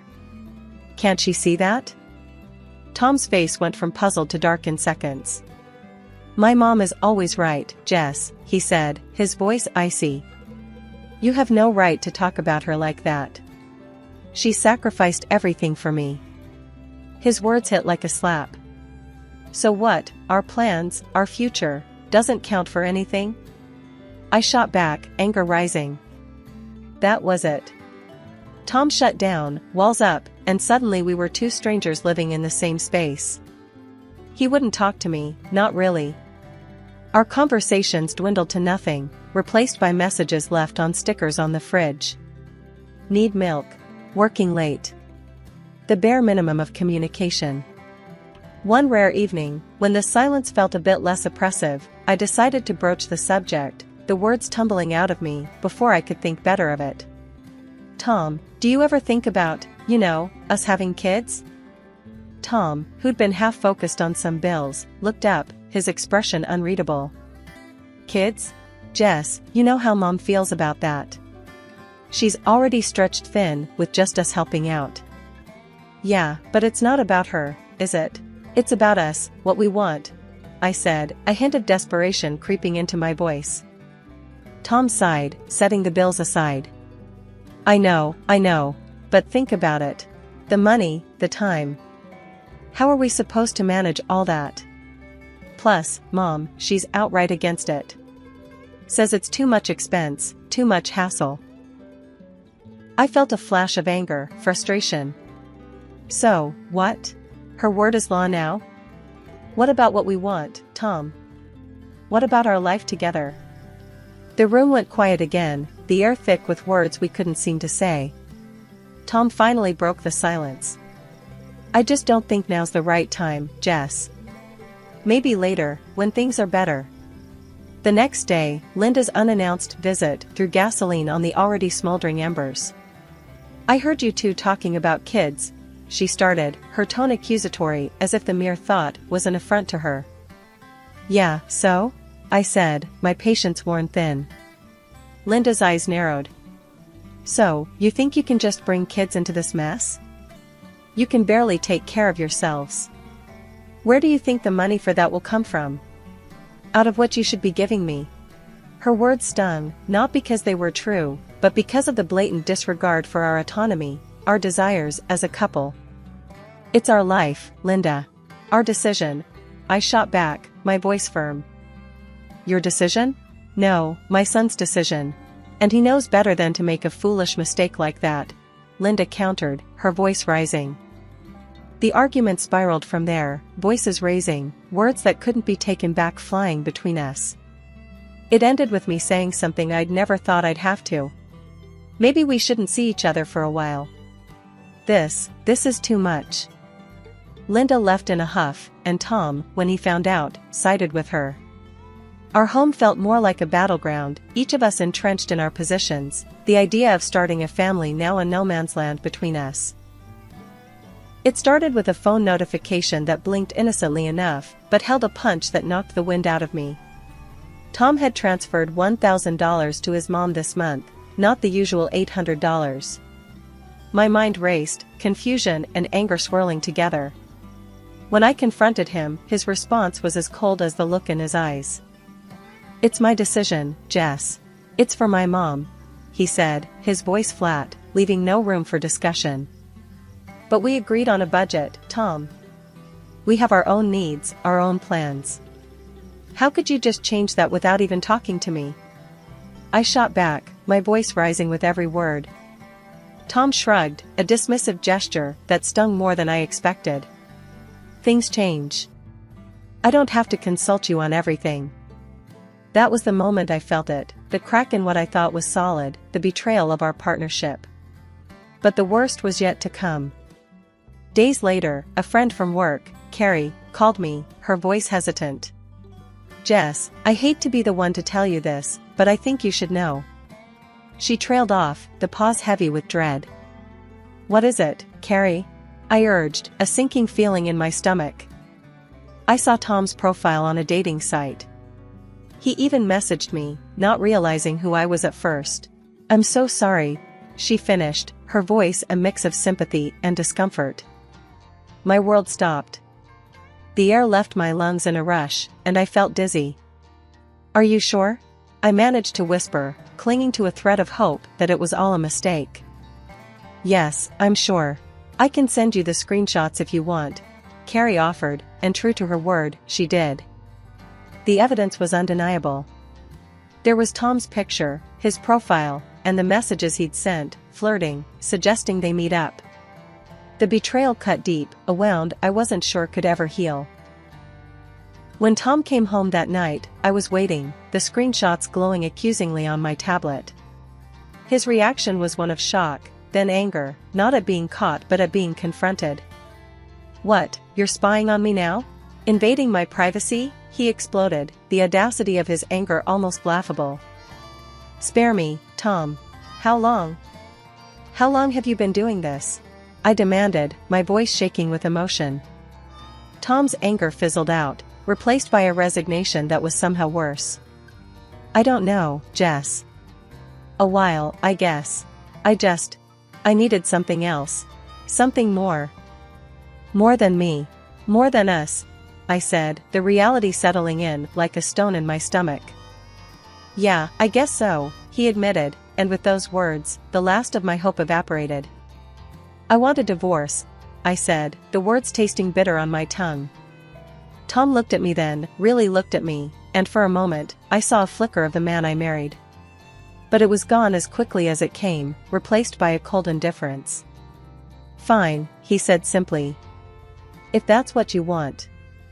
The divorce proceedings were quick, devoid of the messy entanglements that come with shared assets or children. I moved back to my grandmother's house, the only place that still felt like home, carrying with me the pain of betrayal, but also a sense of relief. 3 months post-divorce, and life had started to settle into a new kind of normal, or as normal as it could get without Tom and his mom, Linda, in the picture. That is until my world got rocked again, but this time by loss. My grandmother passed away, leaving behind a void no one could fill. Along with the heartache came a surprise. She left me her house and a hefty sum of $800,000. Just when I thought things couldn't get any more surreal, Linda showed up at my doorstep, bursting with a kind of frantic excitement that felt out of place given the recent funeral. "Jess, darling. I heard about your inheritance. What a blessing." Linda gushed, not wasting a second on pleasantries. I stared at her, incredulous. "Linda, what are you doing here?" She brushed past me into the house, as if we were still family. Now that you've come into this money, you can surely afford to help me out a bit more. Not just the usual $1,000, but maybe double that? And, oh, a small gift wouldn't hurt. Something nice, expensive. Her words were like a slap in the face, each one more absurd than the last. But it was her next statement that really threw me. And since you're so well off now, I suppose it's okay for you to have a baby with Tom. I mean, with this kind of money, why not? I couldn't help it, laughter bubbled up from within me, loud and uncontrollable. Linda looked at me as if I'd lost my mind. Linda, you do know Tom and I are divorced, right? 3 months ago. Your son and I are done. Over. The look on her face was priceless, a mix of shock, disbelief, and something that looked suspiciously like panic. Divorced? But Tom never said. Why would he hide that?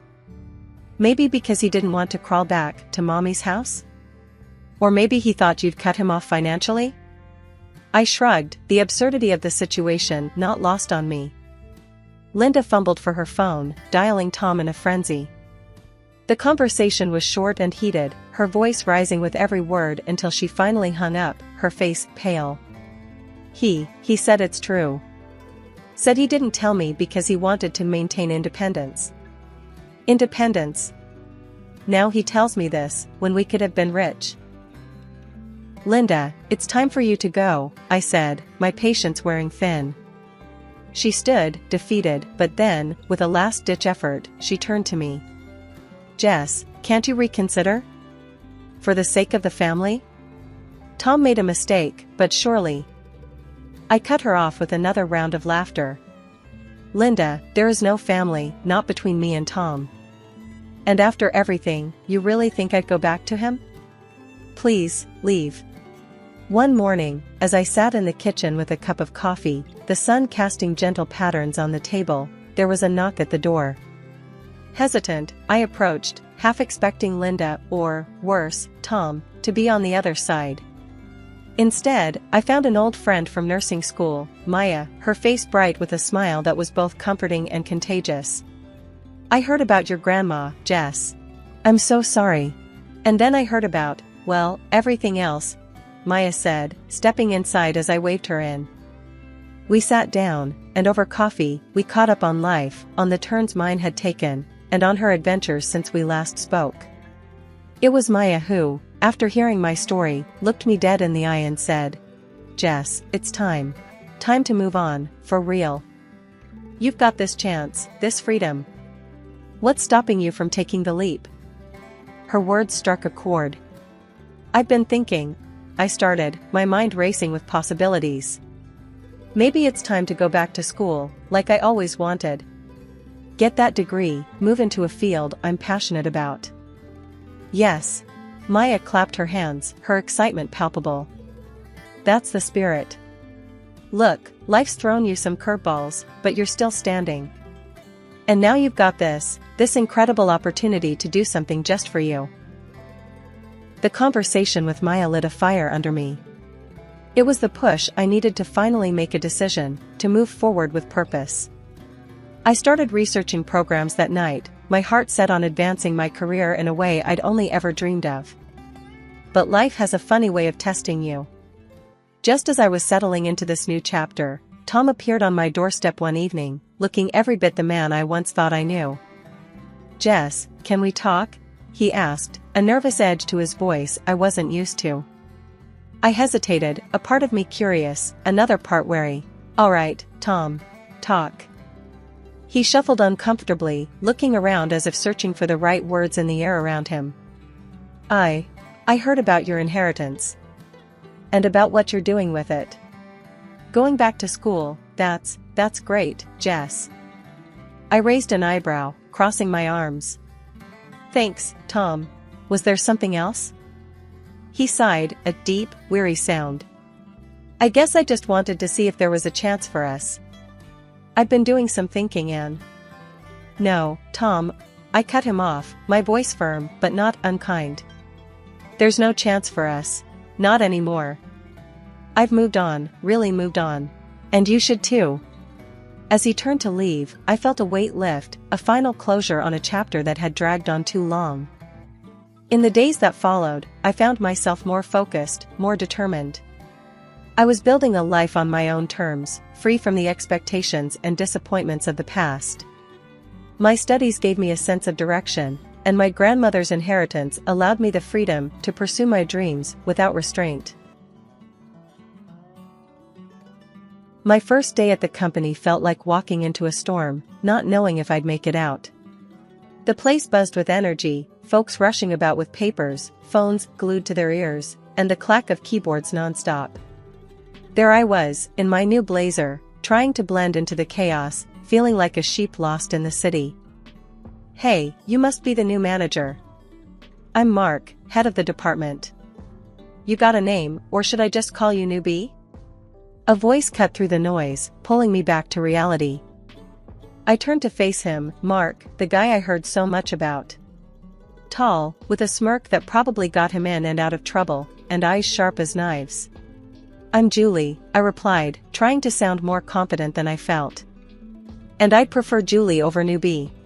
He laughed, a deep sound that somehow made the room seem less intimidating. "All right, Julie, let's see if you can keep up.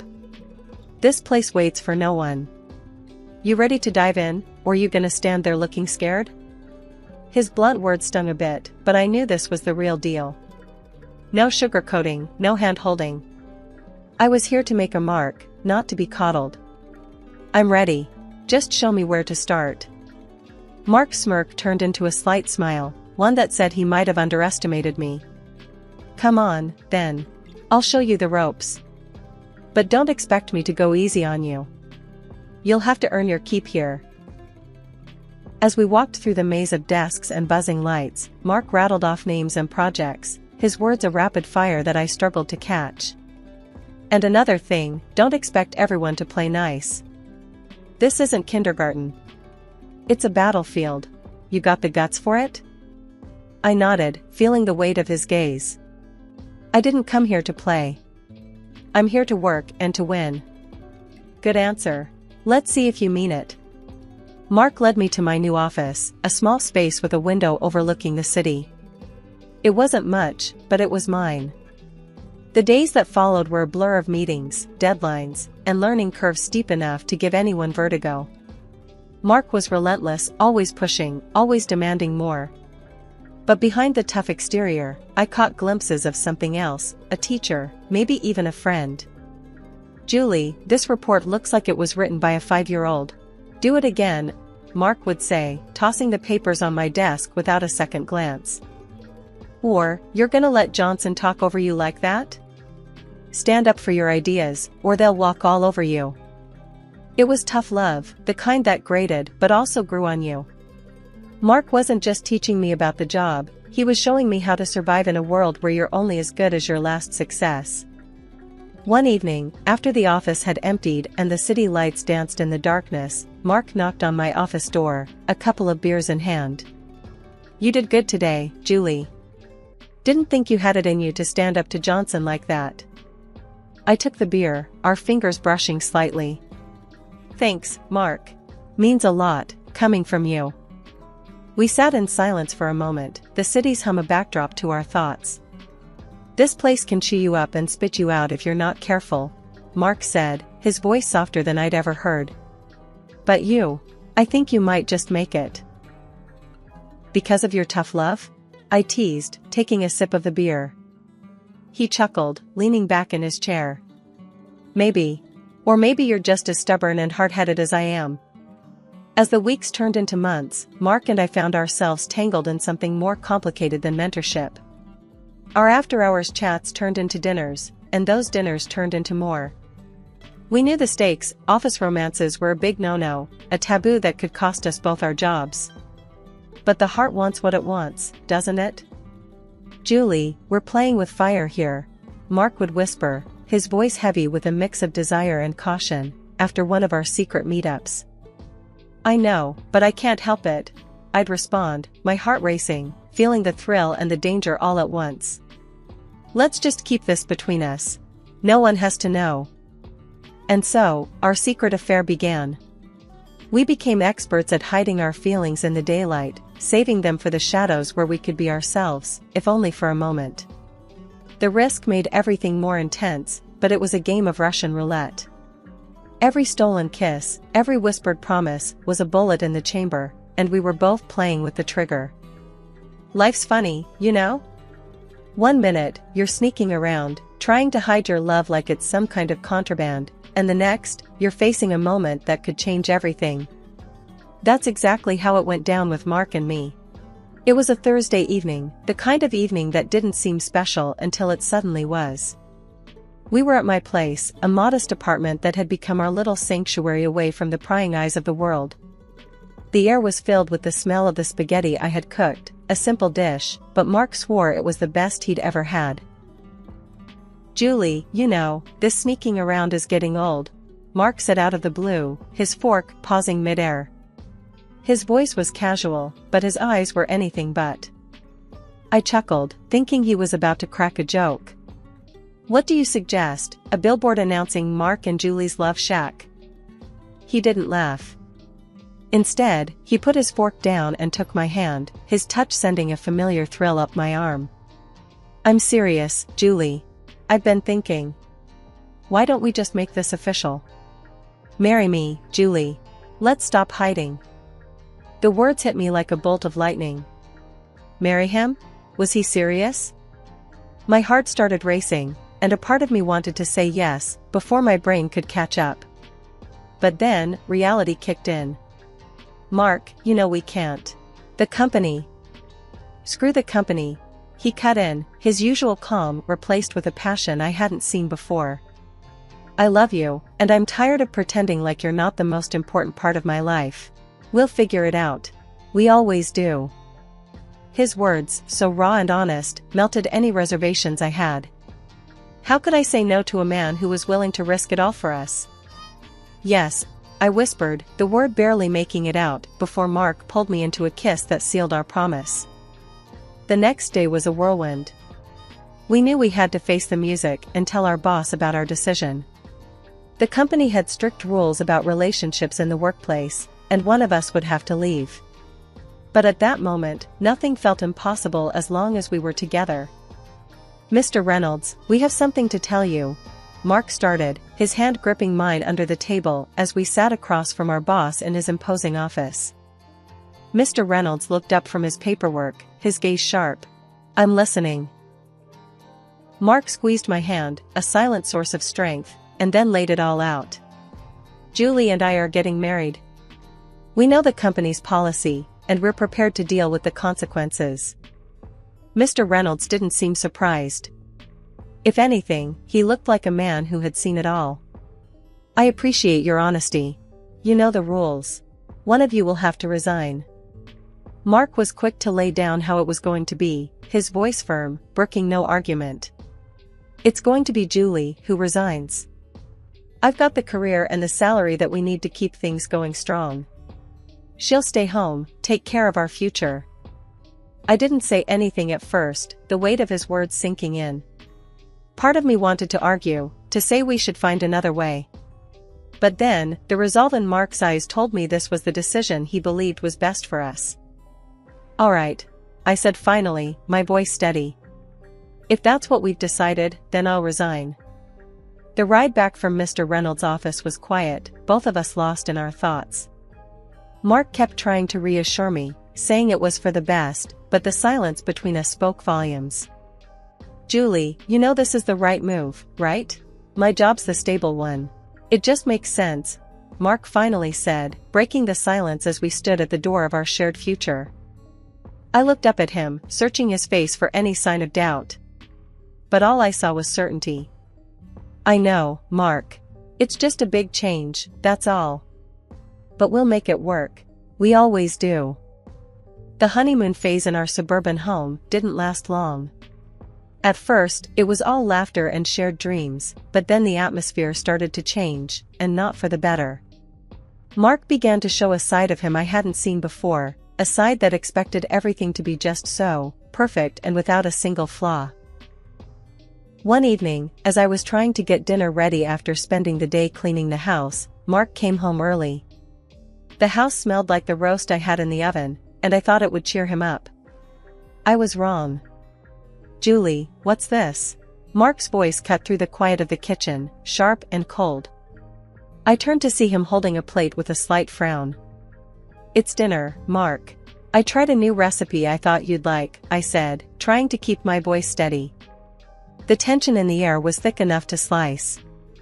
He took a bite and immediately made a face. "This is what you call dinner?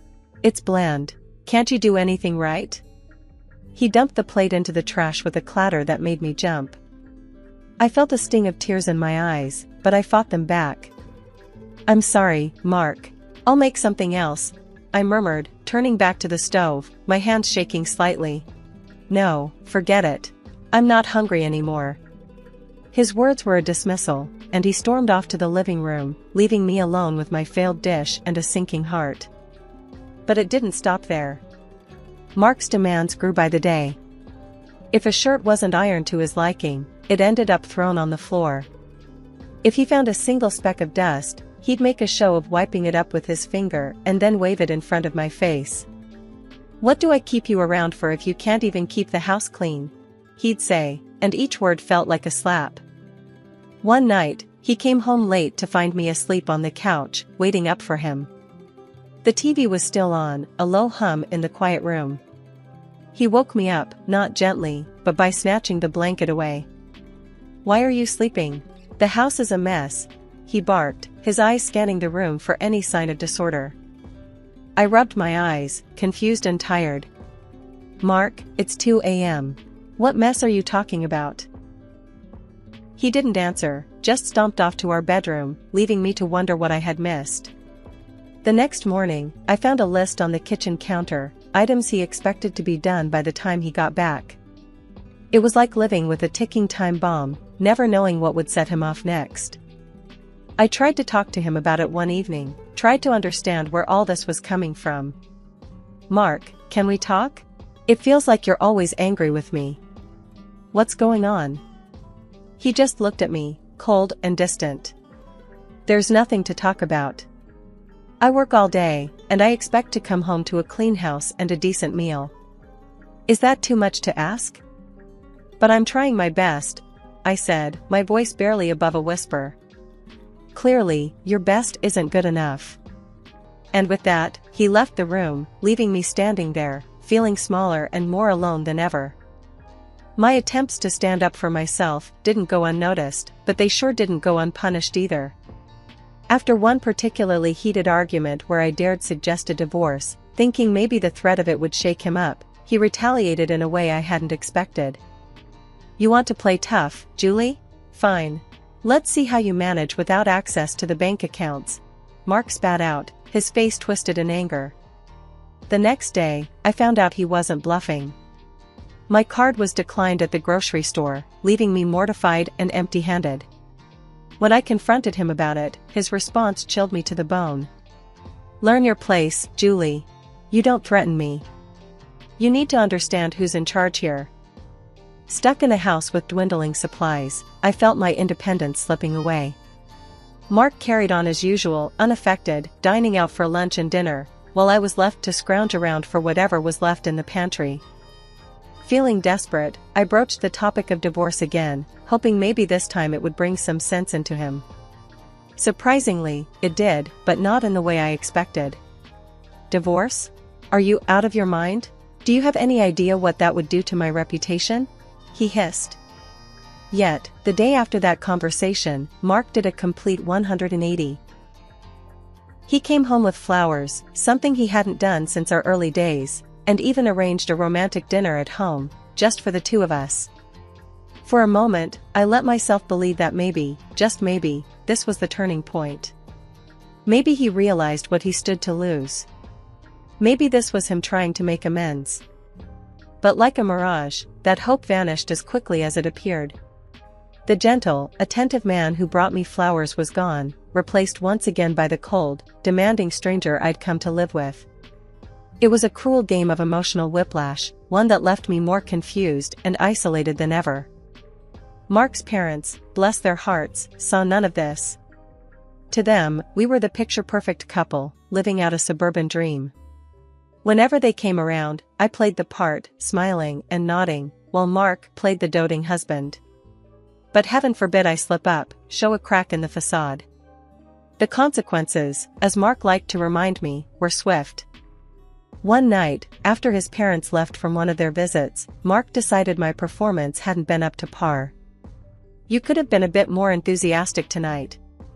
My parents think we're happy, Julie. Don't ruin that," he said, his tone icy. When I tried to defend myself, to explain that I was doing my best, it only angered him more. "Your best? That's your best? Maybe you need a night on the sofa to think about what your best really means." And just like that, I found myself banished from our bedroom, lying on the sofa in the dark, wondering how my life had come to this. Winter hit hard that year, turning the streets into skating rinks overnight. I remember thinking I should be careful as I headed out to the store, but caution wasn't enough to keep me on my feet. I slipped on the ice, felt a sharp pain, and then nothing but the cold seeping through my coat as I lay there, waiting for help. Passers-by were quick to call an ambulance, and I spent the day in a blur of x-rays and doctors telling me I'd broken my leg. By the time they put me in a cast and sent me home, it was already dark. I tried calling Mark from the hospital, tried to tell him what happened, but all I got was his voicemail. So, I sent him a message and hoped he'd understand.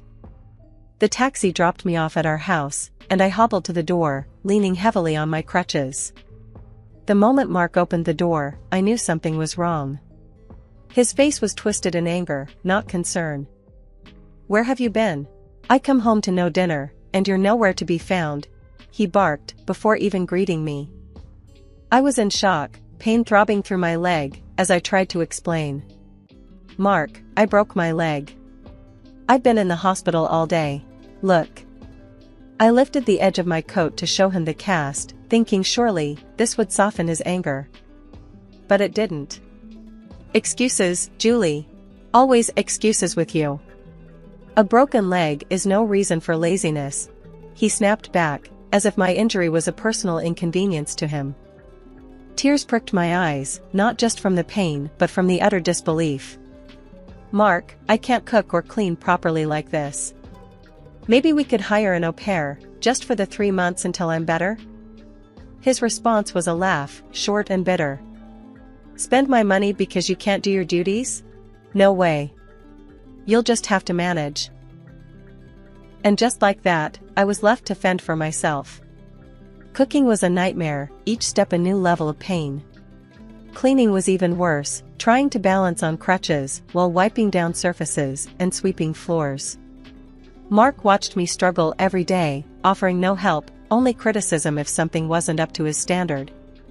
That was my breaking point. Not the fall, not the broken leg, but the realization that the man I married had so little compassion, so little love left for me.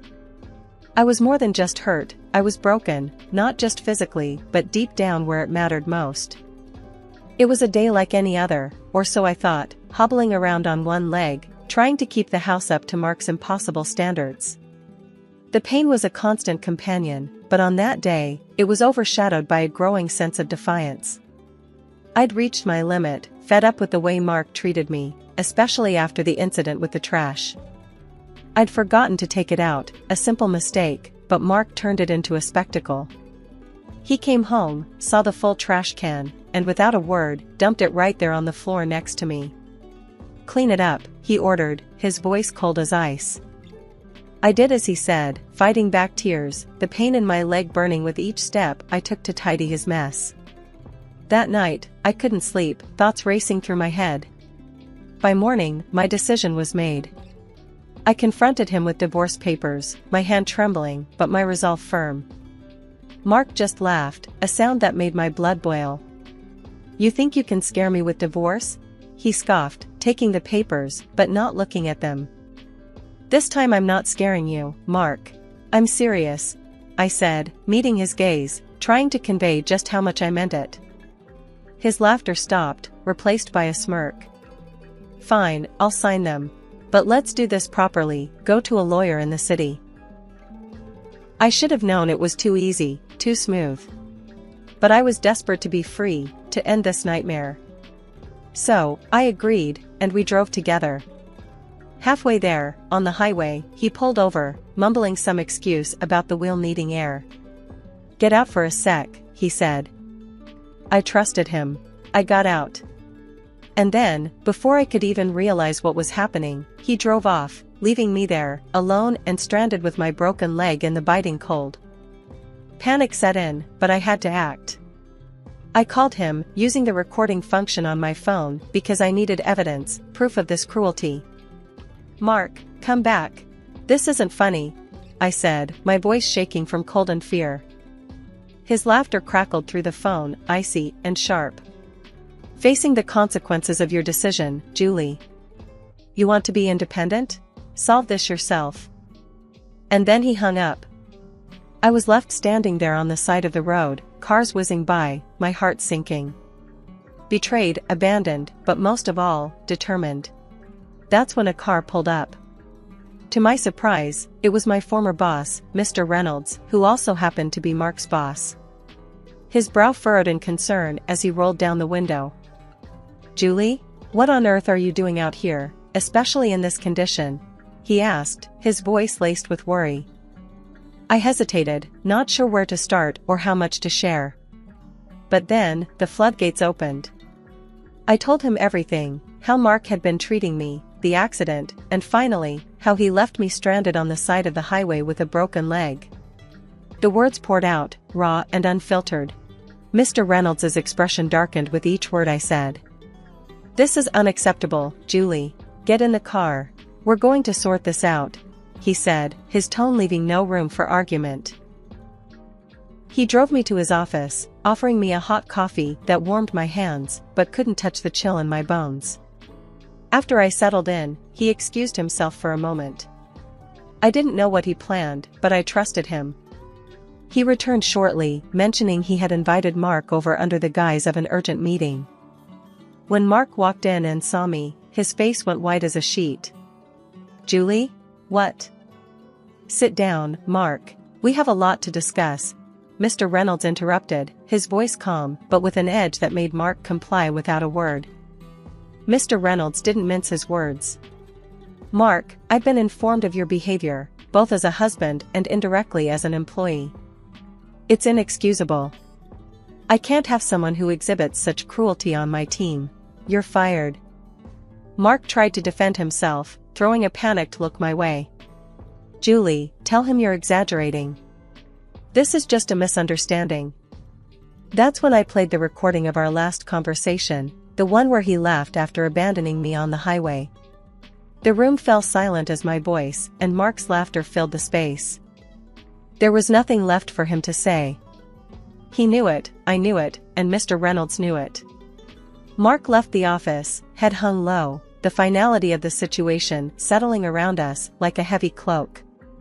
Mr. Reynolds turned to me, his expression softening. "Julie, I'm so sorry you went through this. If there's anything I can do..." "Thank you, Mr. Reynolds. Just this. Listening to me, believing me. It's more than I could have asked for," I said, the weight of the past months starting to lift ever so slightly. He nodded, understanding. "You're welcome here, Julie. Take some time to heal, and if you ever want to come back, your job is waiting for you." Finally, it was over. The court didn't just grant me the divorce, they ordered Mark to pay me $100,000 for all the hell he put me through. Having that recording was a game changer. It was the undeniable proof that swung everything in my favor. When Mark's parents heard the whole story, they couldn't even look him in the eye. They came to me, all apologies and sorrowful faces. "We're so sorry, Julie. We had no idea." I told them straight. "You've got nothing to apologize for. It's not your fault he turned out this way." But inside, I felt a bitter sort of satisfaction knowing they saw Mark for who he really was. Losing his job was the cherry on top. Mr. Reynolds didn't waste any time showing Mark the door, and he made a point of telling me I was welcome back anytime.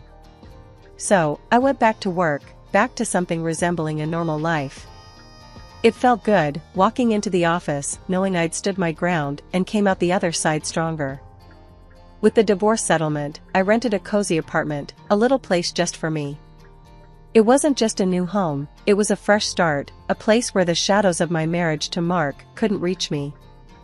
As the days turned into weeks, and weeks into months, the memory of Mark and all the pain he caused began to fade. I threw myself into work, into rebuilding myself and my life. I made new friends, rediscovered hobbies I'd forgotten I loved, and began to enjoy life again, on my own terms. Sometimes, colleagues would tiptoe around the subject of my divorce, but I'd just laugh it off. That chapter's closed, I'd tell them. I'm all about the next adventure now. And it was true. For the first time in a long time, I felt like I was in control of my destiny.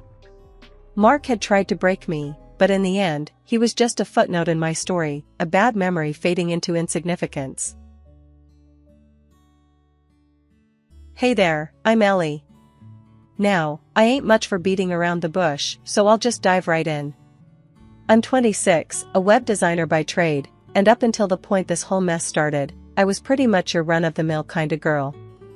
Worked for a big company, had a small but tight circle of friends, and lived a life that didn't have too much excitement. That all changed at a party thrown by some mutual friends. It was one of those parties where you show up thinking you'll just stick to the walls, nurse a drink, and maybe, just maybe, have a decent conversation with someone. Little did I know, it was the night that was gonna turn my whole world upside down. The place was buzzing with people when I got there, and right away, I noticed him, Josh. The guy was like a magnet. Everyone seemed drawn to him, and he was soaking it up, especially the attention from the ladies. I ain't gonna lie, he was cute. Real cute. And he had this charm about him that made you want to get to know him better. But me? I figured I didn't stand a chance. I was more the jeans and t-shirt kinda girl, not one of those flashy types he seemed to be chatting up. I found myself a corner and was halfway through my drink when Josh sauntered over. Hey, I don't think we've met. I'm Josh, he said, all smooth-like. I choked on my drink. Ellie, I managed to get out, wiping my mouth with the back of my hand. Real smooth, Ellie. He chuckled, that kind of laugh that's warm and infectious. So, Ellie, what brings you to this circus? Friends, I said, shrugging. You? Same. Though, I gotta say, it's not often I run into someone here who seems as out of place as I feel. That got a laugh out of me. You? Out of place? Could have fooled me. Josh grinned, leaning against the wall beside me. Well, appearances can be deceiving. So, what do you do when you're not being dragged to parties? I'm a web designer. Work for a big company downtown. That's cool. You any good? I smirked. I hold my own. Our chat rolled on from there, easy and comfortable. He asked about my family at some point, which threw me for a loop. Most guys I met at parties wanted to talk about anything but family. Why the interest in my family? I asked, eyebrow raised. He shrugged, looking a tad uncomfortable for the first time. Dunno. Guess I just find it interesting, knowing where people come from. Makes them more real, you know? I found myself opening up about my dad owning a large company, something I didn't usually lead with. Josh's interest seemed to spike again, but I brushed it off. Maybe he was just being polite. Before I knew it, the party was winding down, and Josh was asking for my number. I'd really like to see you again, Ellie. Maybe in a setting that's a bit less chaotic. I hesitated for a moment, not quite sure why. But then I handed over my number. Sure, why not? Josh had picked me out of all the girls at that party, and I was curious to see where this would go. After that party, things just snowballed. We were inseparable, and before I could even wrap my head around it, he popped the question. 6 months, that's all it took. My folks were over the moon, they took to him like bees to honey. The wedding? Picture perfect. I was floating, draped in white, feeling like the center of Josh's universe. Right after we said our I dose, Dad didn't waste any time getting Josh involved in the family business. Handed him a high-ranking position like it was nothing. Seeing Josh so eager to be a part of it all made me think we had it all figured out. I mean, what could possibly go wrong, right? Then came the dinner that threw me for a loop. We were all sat around my folks' dining table, me, Josh, our son, and my parents, when Dad dropped the news about expanding his business. He was looking at Josh when he said it, like he was passing him the baton in a relay race. "Josh, I'm thinking of opening a new branch in the next town over. How'd you like to be the man to head it up?" Josh's eyes lit up like a kid on Christmas morning. "Seriously, sir? I'd be honored." That's when the conversation took a turn I wasn't ready for. I was already in my head, planning out the move, thinking of apartments, parks where our son could play, and how we'd decorate a new home office for me. "Oh, this is gonna be great. I'll start looking at places for us right away. Somewhere close to a good daycare for the little one." That's when Josh threw out his joke. He was all casual about it, like he was commenting on the weather or something. "Actually, babe, maybe you should stay here while I set things up. It could take a while, and I know how you hate the hassle of moving." I stared at him, my fork halfway to my mouth, feeling like I'd just hit a speed bump at 60 miles an hour. "What do you mean, stay here? Like, not come with you?" "Yeah, you know, just until I get everything sorted. It's gonna be a lot of late nights, early mornings. Might be easier for you and the kiddo." "Easier? For who, exactly?" I couldn't believe what I was hearing. My folks were silent, probably sensing the tension thickening like gravy. Dad chimed in then, his voice all reason and calm. "I think it's best if you all stick together. Ellie can work from anywhere, and it's important to keep the family unit intact, especially with a young child." Josh backed down pretty quick then, probably realizing he was outnumbered. All right, I was just joking. We'll all go together." But something about that joke didn't sit right with me. It was like he'd shown me a card he didn't mean to let slip. The rest of the dinner passed in a kind of blur. I was there, but not really. My mind was stuck on that joke and what it meant. Later, as we were getting ready for bed, I brought it up again. "Josh, what was that all about earlier? You really think it's a good idea to start splitting up whenever things get busy?" He was brushing his teeth, and he looked at me in the mirror, his eyes meeting mine. "Ellie, come on. I told you, it was just a thought. Nothing serious. We're in this together, you know that." I wanted to believe him, I really did. But there was this nagging feeling in the pit of my stomach, like a warning. I pushed it aside, though, telling myself I was overreacting. Josh loved us, and he wouldn't do anything to jeopardize our family. Or so I thought. Josh had to head out for his big business trip a few days after that dinner conversation. We were all set to join him. I even started packing, imagining our new life in a different city. But then, as if fate decided to throw us a curveball, our little one got sick. Nothing too scary at first, just enough for the doc to say traveling was off the table for a while. I remember breaking the news to Josh over the phone. He was already in the other city, and the look on his face, or the lack of it, really, since it was just a call, made me pause. It was almost like he was relieved, happy even, to have the city to himself. That stung, not gonna lie. Weeks turned into more weeks, and our son's little illness turned out to be a bigger deal than we thought. That meant our plans to join Josh were scrapped indefinitely. During this time, Josh's calls became more of a rarity, each one filled with the same old "I'm fine, I miss you guys," but somehow, it felt hollow. One night, after putting the little one to bed, I finally got Josh on a call.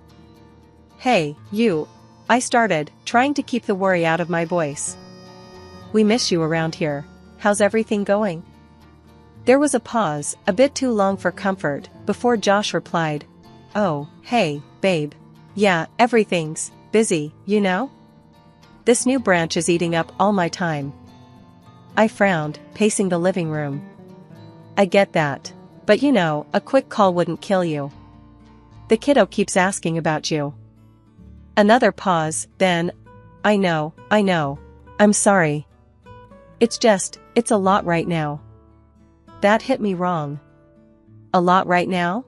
Josh, we're supposed to be doing this together. You're not on some solo adventure. We're a family. Josh's voice got a bit defensive. I didn't say I was doing this alone. Just that it's hectic. I thought we agreed you'd stay put till things settled down here. Let's not do this over the phone, okay? We'll talk when I come home. The call ended on an awkward note, leaving a sour taste in my mouth. The silence of the house seemed to press in on me, heavy with unsaid words and growing doubts. I couldn't shake the feeling that something was slipping through my fingers, something important. He made it back home once during this whole saga, and it was like having a ghost in the house. He was there, but not really. Glued to his phone, barely there even when he was sitting right in front of us. What's so important on there? I asked him one night, trying to keep the frustration out of my voice. Just work stuff, he muttered, not even bothering to look up. Gotta keep things moving at the branch, you know? But when I tried to get close, to find some comfort in his arms after all this time, he pulled away.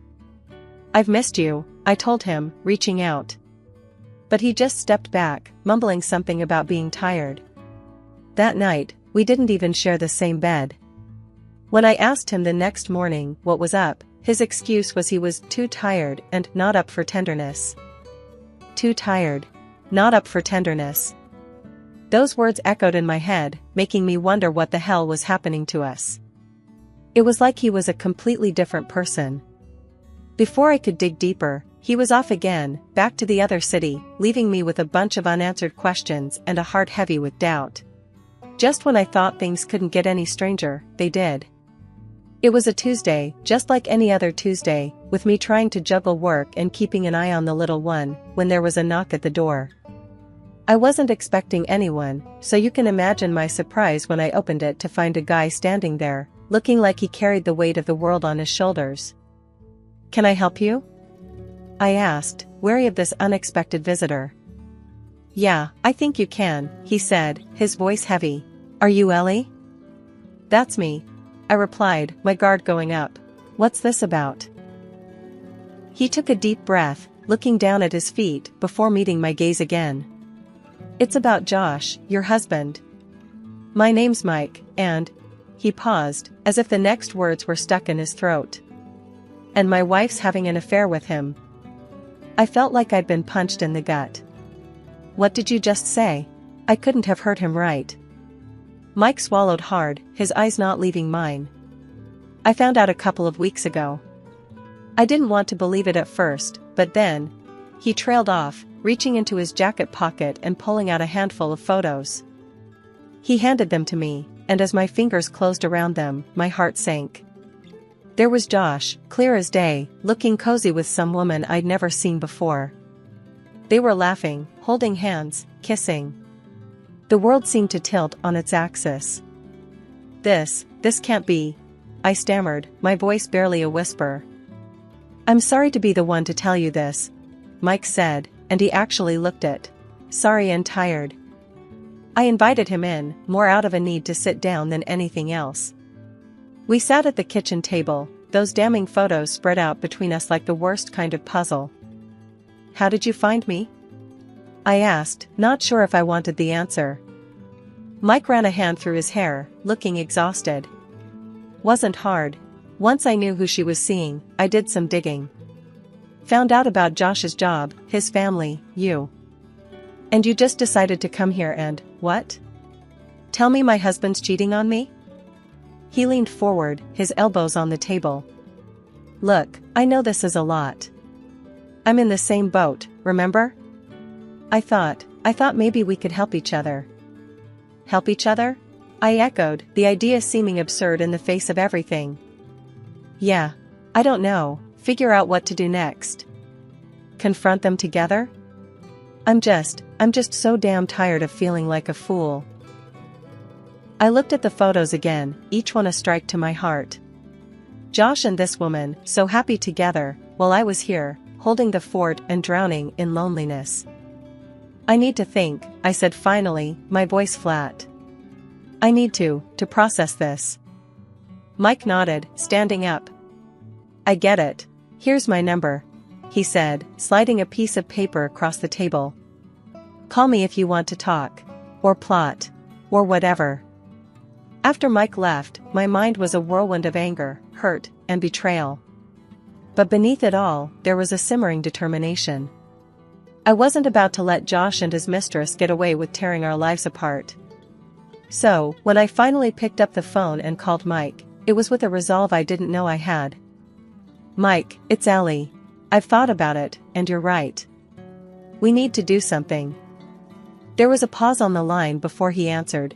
Ellie, I wasn't sure you'd call. So, what's the plan? I took a deep breath, my hands shaking. We catch them in the act. Get the evidence we need to nail them. No more doubts, no more lies. Mike was quiet for a moment, then, okay, I'm in. How do we do this? The next few days were a blur of planning. I left my baby with my parents, saying that I needed to see Josh urgently. Then I found a way to rent an apartment right next to the one where Josh was living with his mistress. It felt like something out of a spy movie, sneaking around, trying to stay under the radar. The day I moved in, Mike came over to help set things up. As we sat at the kitchen table, surrounded by boxes and surveillance equipment, Mike looked at me. You sure about this, Ellie? There's no turning back after. I nodded, my jaw set. I've never been more sure about anything. He's not getting away with this. We spent hours setting up, going over every detail of how we'd catch them. The walls were thin, which worked in our favor, allowing us to hear nearly everything from the next apartment. The waiting was the hardest part. Days passed with little to no activity, then, finally, we heard them. Josh and his mistress, their voices carrying through the walls, laughing, talking like they didn't have a care in the world. It was nauseating. Mike and I exchanged looks, the reality of the situation sinking in. This is it, he whispered, his hand reaching for the recorder. We captured everything, every lie, every intimate moment. It was more than enough to prove their affair, but we needed the final piece of the puzzle. We needed to catch them physically together, in the act. That opportunity came sooner than we expected. We overheard Josh ordering delivery, their casual banter about what to watch on Netflix filtering through the walls. This is our chance, I said, my heart pounding. You knock, pretend to be the delivery guy. Mike left, and I waited, my heart in my throat. Moments later, there was a knock at their door, followed by the surprised voices of Josh and his mistress. Walking into that apartment, my heart hammered against my ribs like it was trying to break free. Josh and his mistress were caught off guard, the surprise written all over their faces. Josh was the first to recover, though his voice shook as he spoke. Ellie, what are you doing here? I crossed my arms, my gaze flicking between him and the woman wrapped in a sheet on the couch. Really, Josh? You're going to stand there and play dumb? His mistress, now realizing who I was, tried to shrink into the couch, her eyes wide with fear. Mike stepped forward, his voice was ice cold. We know everything, Josh. You and her. He nodded towards the woman. Have been sneaking around behind our backs. Josh's face went pale, his usual smooth charm nowhere to be seen. Look, Ellie, I can explain. Save it, I snapped, cutting him off. We've got all the proof we need. Isn't that right, Mike? Mike held up his phone, the recording's just a tap away. Everything. Conversations, pictures. You two didn't do a great job of covering your tracks. Josh looked desperate now, his eyes darting around the room as if looking for an escape. Ellie, please, let's just talk about this. We can work it out. Work it out? I laughed, but there was no humor in it. You think after this, we can just work it out? The mistress suddenly erupted. He said he never loved you. Said he was stuck in a marriage he didn't want, all because of your dad's money. That's the only reason he chose you. Her words, meant to wound, only confirmed my suspicions. I looked at Josh, really looked at him, and saw the truth. This is over, Josh. I'll be filing for divorce. And don't think you're walking away from this without consequences. Your affair will cost you. Big time. My dad will hear about this, and yes, he will fire you, I said, my voice steady despite the storm raging inside me. Josh's face crumbled, the reality of the situation finally hitting him. Ellie, please. We can sort this out, just don't tell him, okay? I turned my back on him, on them. There's nothing left to say. Come on, Mike. Let's go. Following the tumultuous confrontation, life seemed to enter a surreal phase, like walking through a dream, or more accurately, emerging from a nightmare. The first few days were a blur of legal consultations, tearful conversations with my parents, and sleepless nights spent reassessing every moment of my marriage to Josh. My dad's reaction was a mix of fury and heartbreak. That snake, he bellowed when I told him everything. He's out. I don't care about the legalities, he'll not work another day in my company. Thanks, Dad, I murmured, feeling a mix of relief and sadness. Relief that my father stood by me unwaveringly, and sadness for the loss of what I once thought I had with Josh. The process of divorce was surprisingly swift, given Josh's eagerness to avoid any more public humiliation than necessary. He signed the papers without a fight, a shell of the confident man I once knew. In the weeks that followed, I threw myself into work and taking care of my son, finding solace in routine and the laughter of my little boy. He was my beacon of hope, reminding me daily that there was still joy to be found, even in the midst of pain. Josh attempted to reach out once, a text that read, Ellie, I'm sorry, can we talk? I stared at the message for a long time before deleting it. There was nothing left to say. The divorce was finalized quietly, without the drama I feared. I received full custody of our son and the house, while Josh was ordered to pay a substantial amount in child support and alimony. My father made good on his word, and Josh was ousted from the company, his career in shambles. Months later, as I sat in a cafe watching the rain patter against the window, I reflected on how far I'd come. The pain was still there, a dull ache in my chest, but it was mingled with a sense of pride in my resilience and a newfound independence. Mike walked in, shaking off an umbrella, and joined me at the table. How are you holding up? He asked, his concern genuine. Better, I admitted, managing a small smile.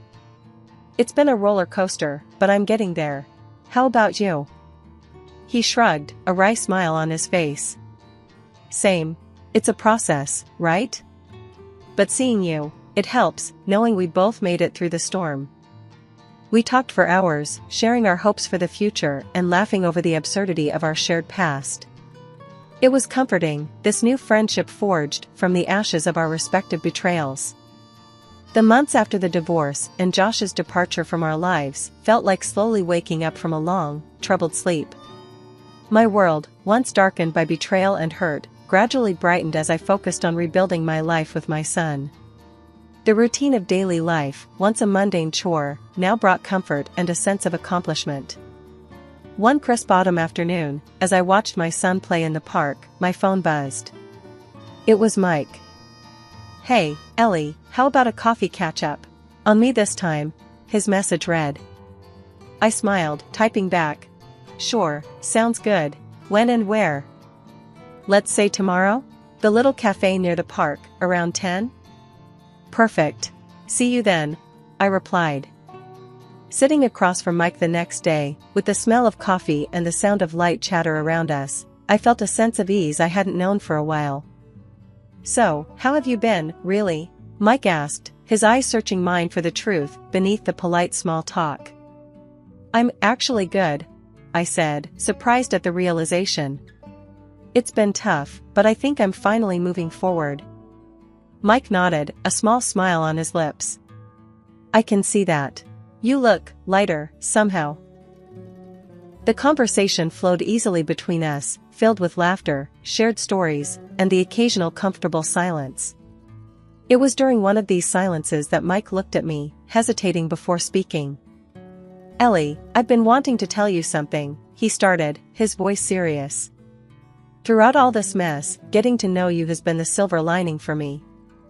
I felt my heart skip a beat, unsure of where he was going with this. He took a deep breath. What I'm trying to say is, I like you, Ellie. More than just a friend. The confession hung in the air between us, charged with possibility. I looked at Mike, really looked at him, seeing the man who had stood by me through the darkest of times, who made me laugh when I thought I'd never be able to again. Mike, I started, my emotions a whirlwind. I didn't expect to hear that. But I'd be lying if I said I hadn't thought about us, too. As we left the cafe, walking side by side, I felt a flutter of excitement for the first time in a long while.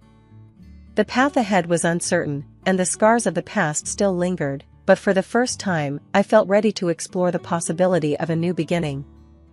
Here's to new beginnings, Mike said, raising an imaginary glass as we reached the park where my son played. To new beginnings, I echoed, my heart full of hope. The laughter of my son reached us, a sweet melody that filled the air around us. As I watched him play, I realized that while the past would always be a part of me, it no longer defined me. I was moving forward, step by step, into a future that was mine to shape. And as Mike and I stood there, watching my son together, I couldn't help but feel that, maybe, just maybe, we were stepping into that future together.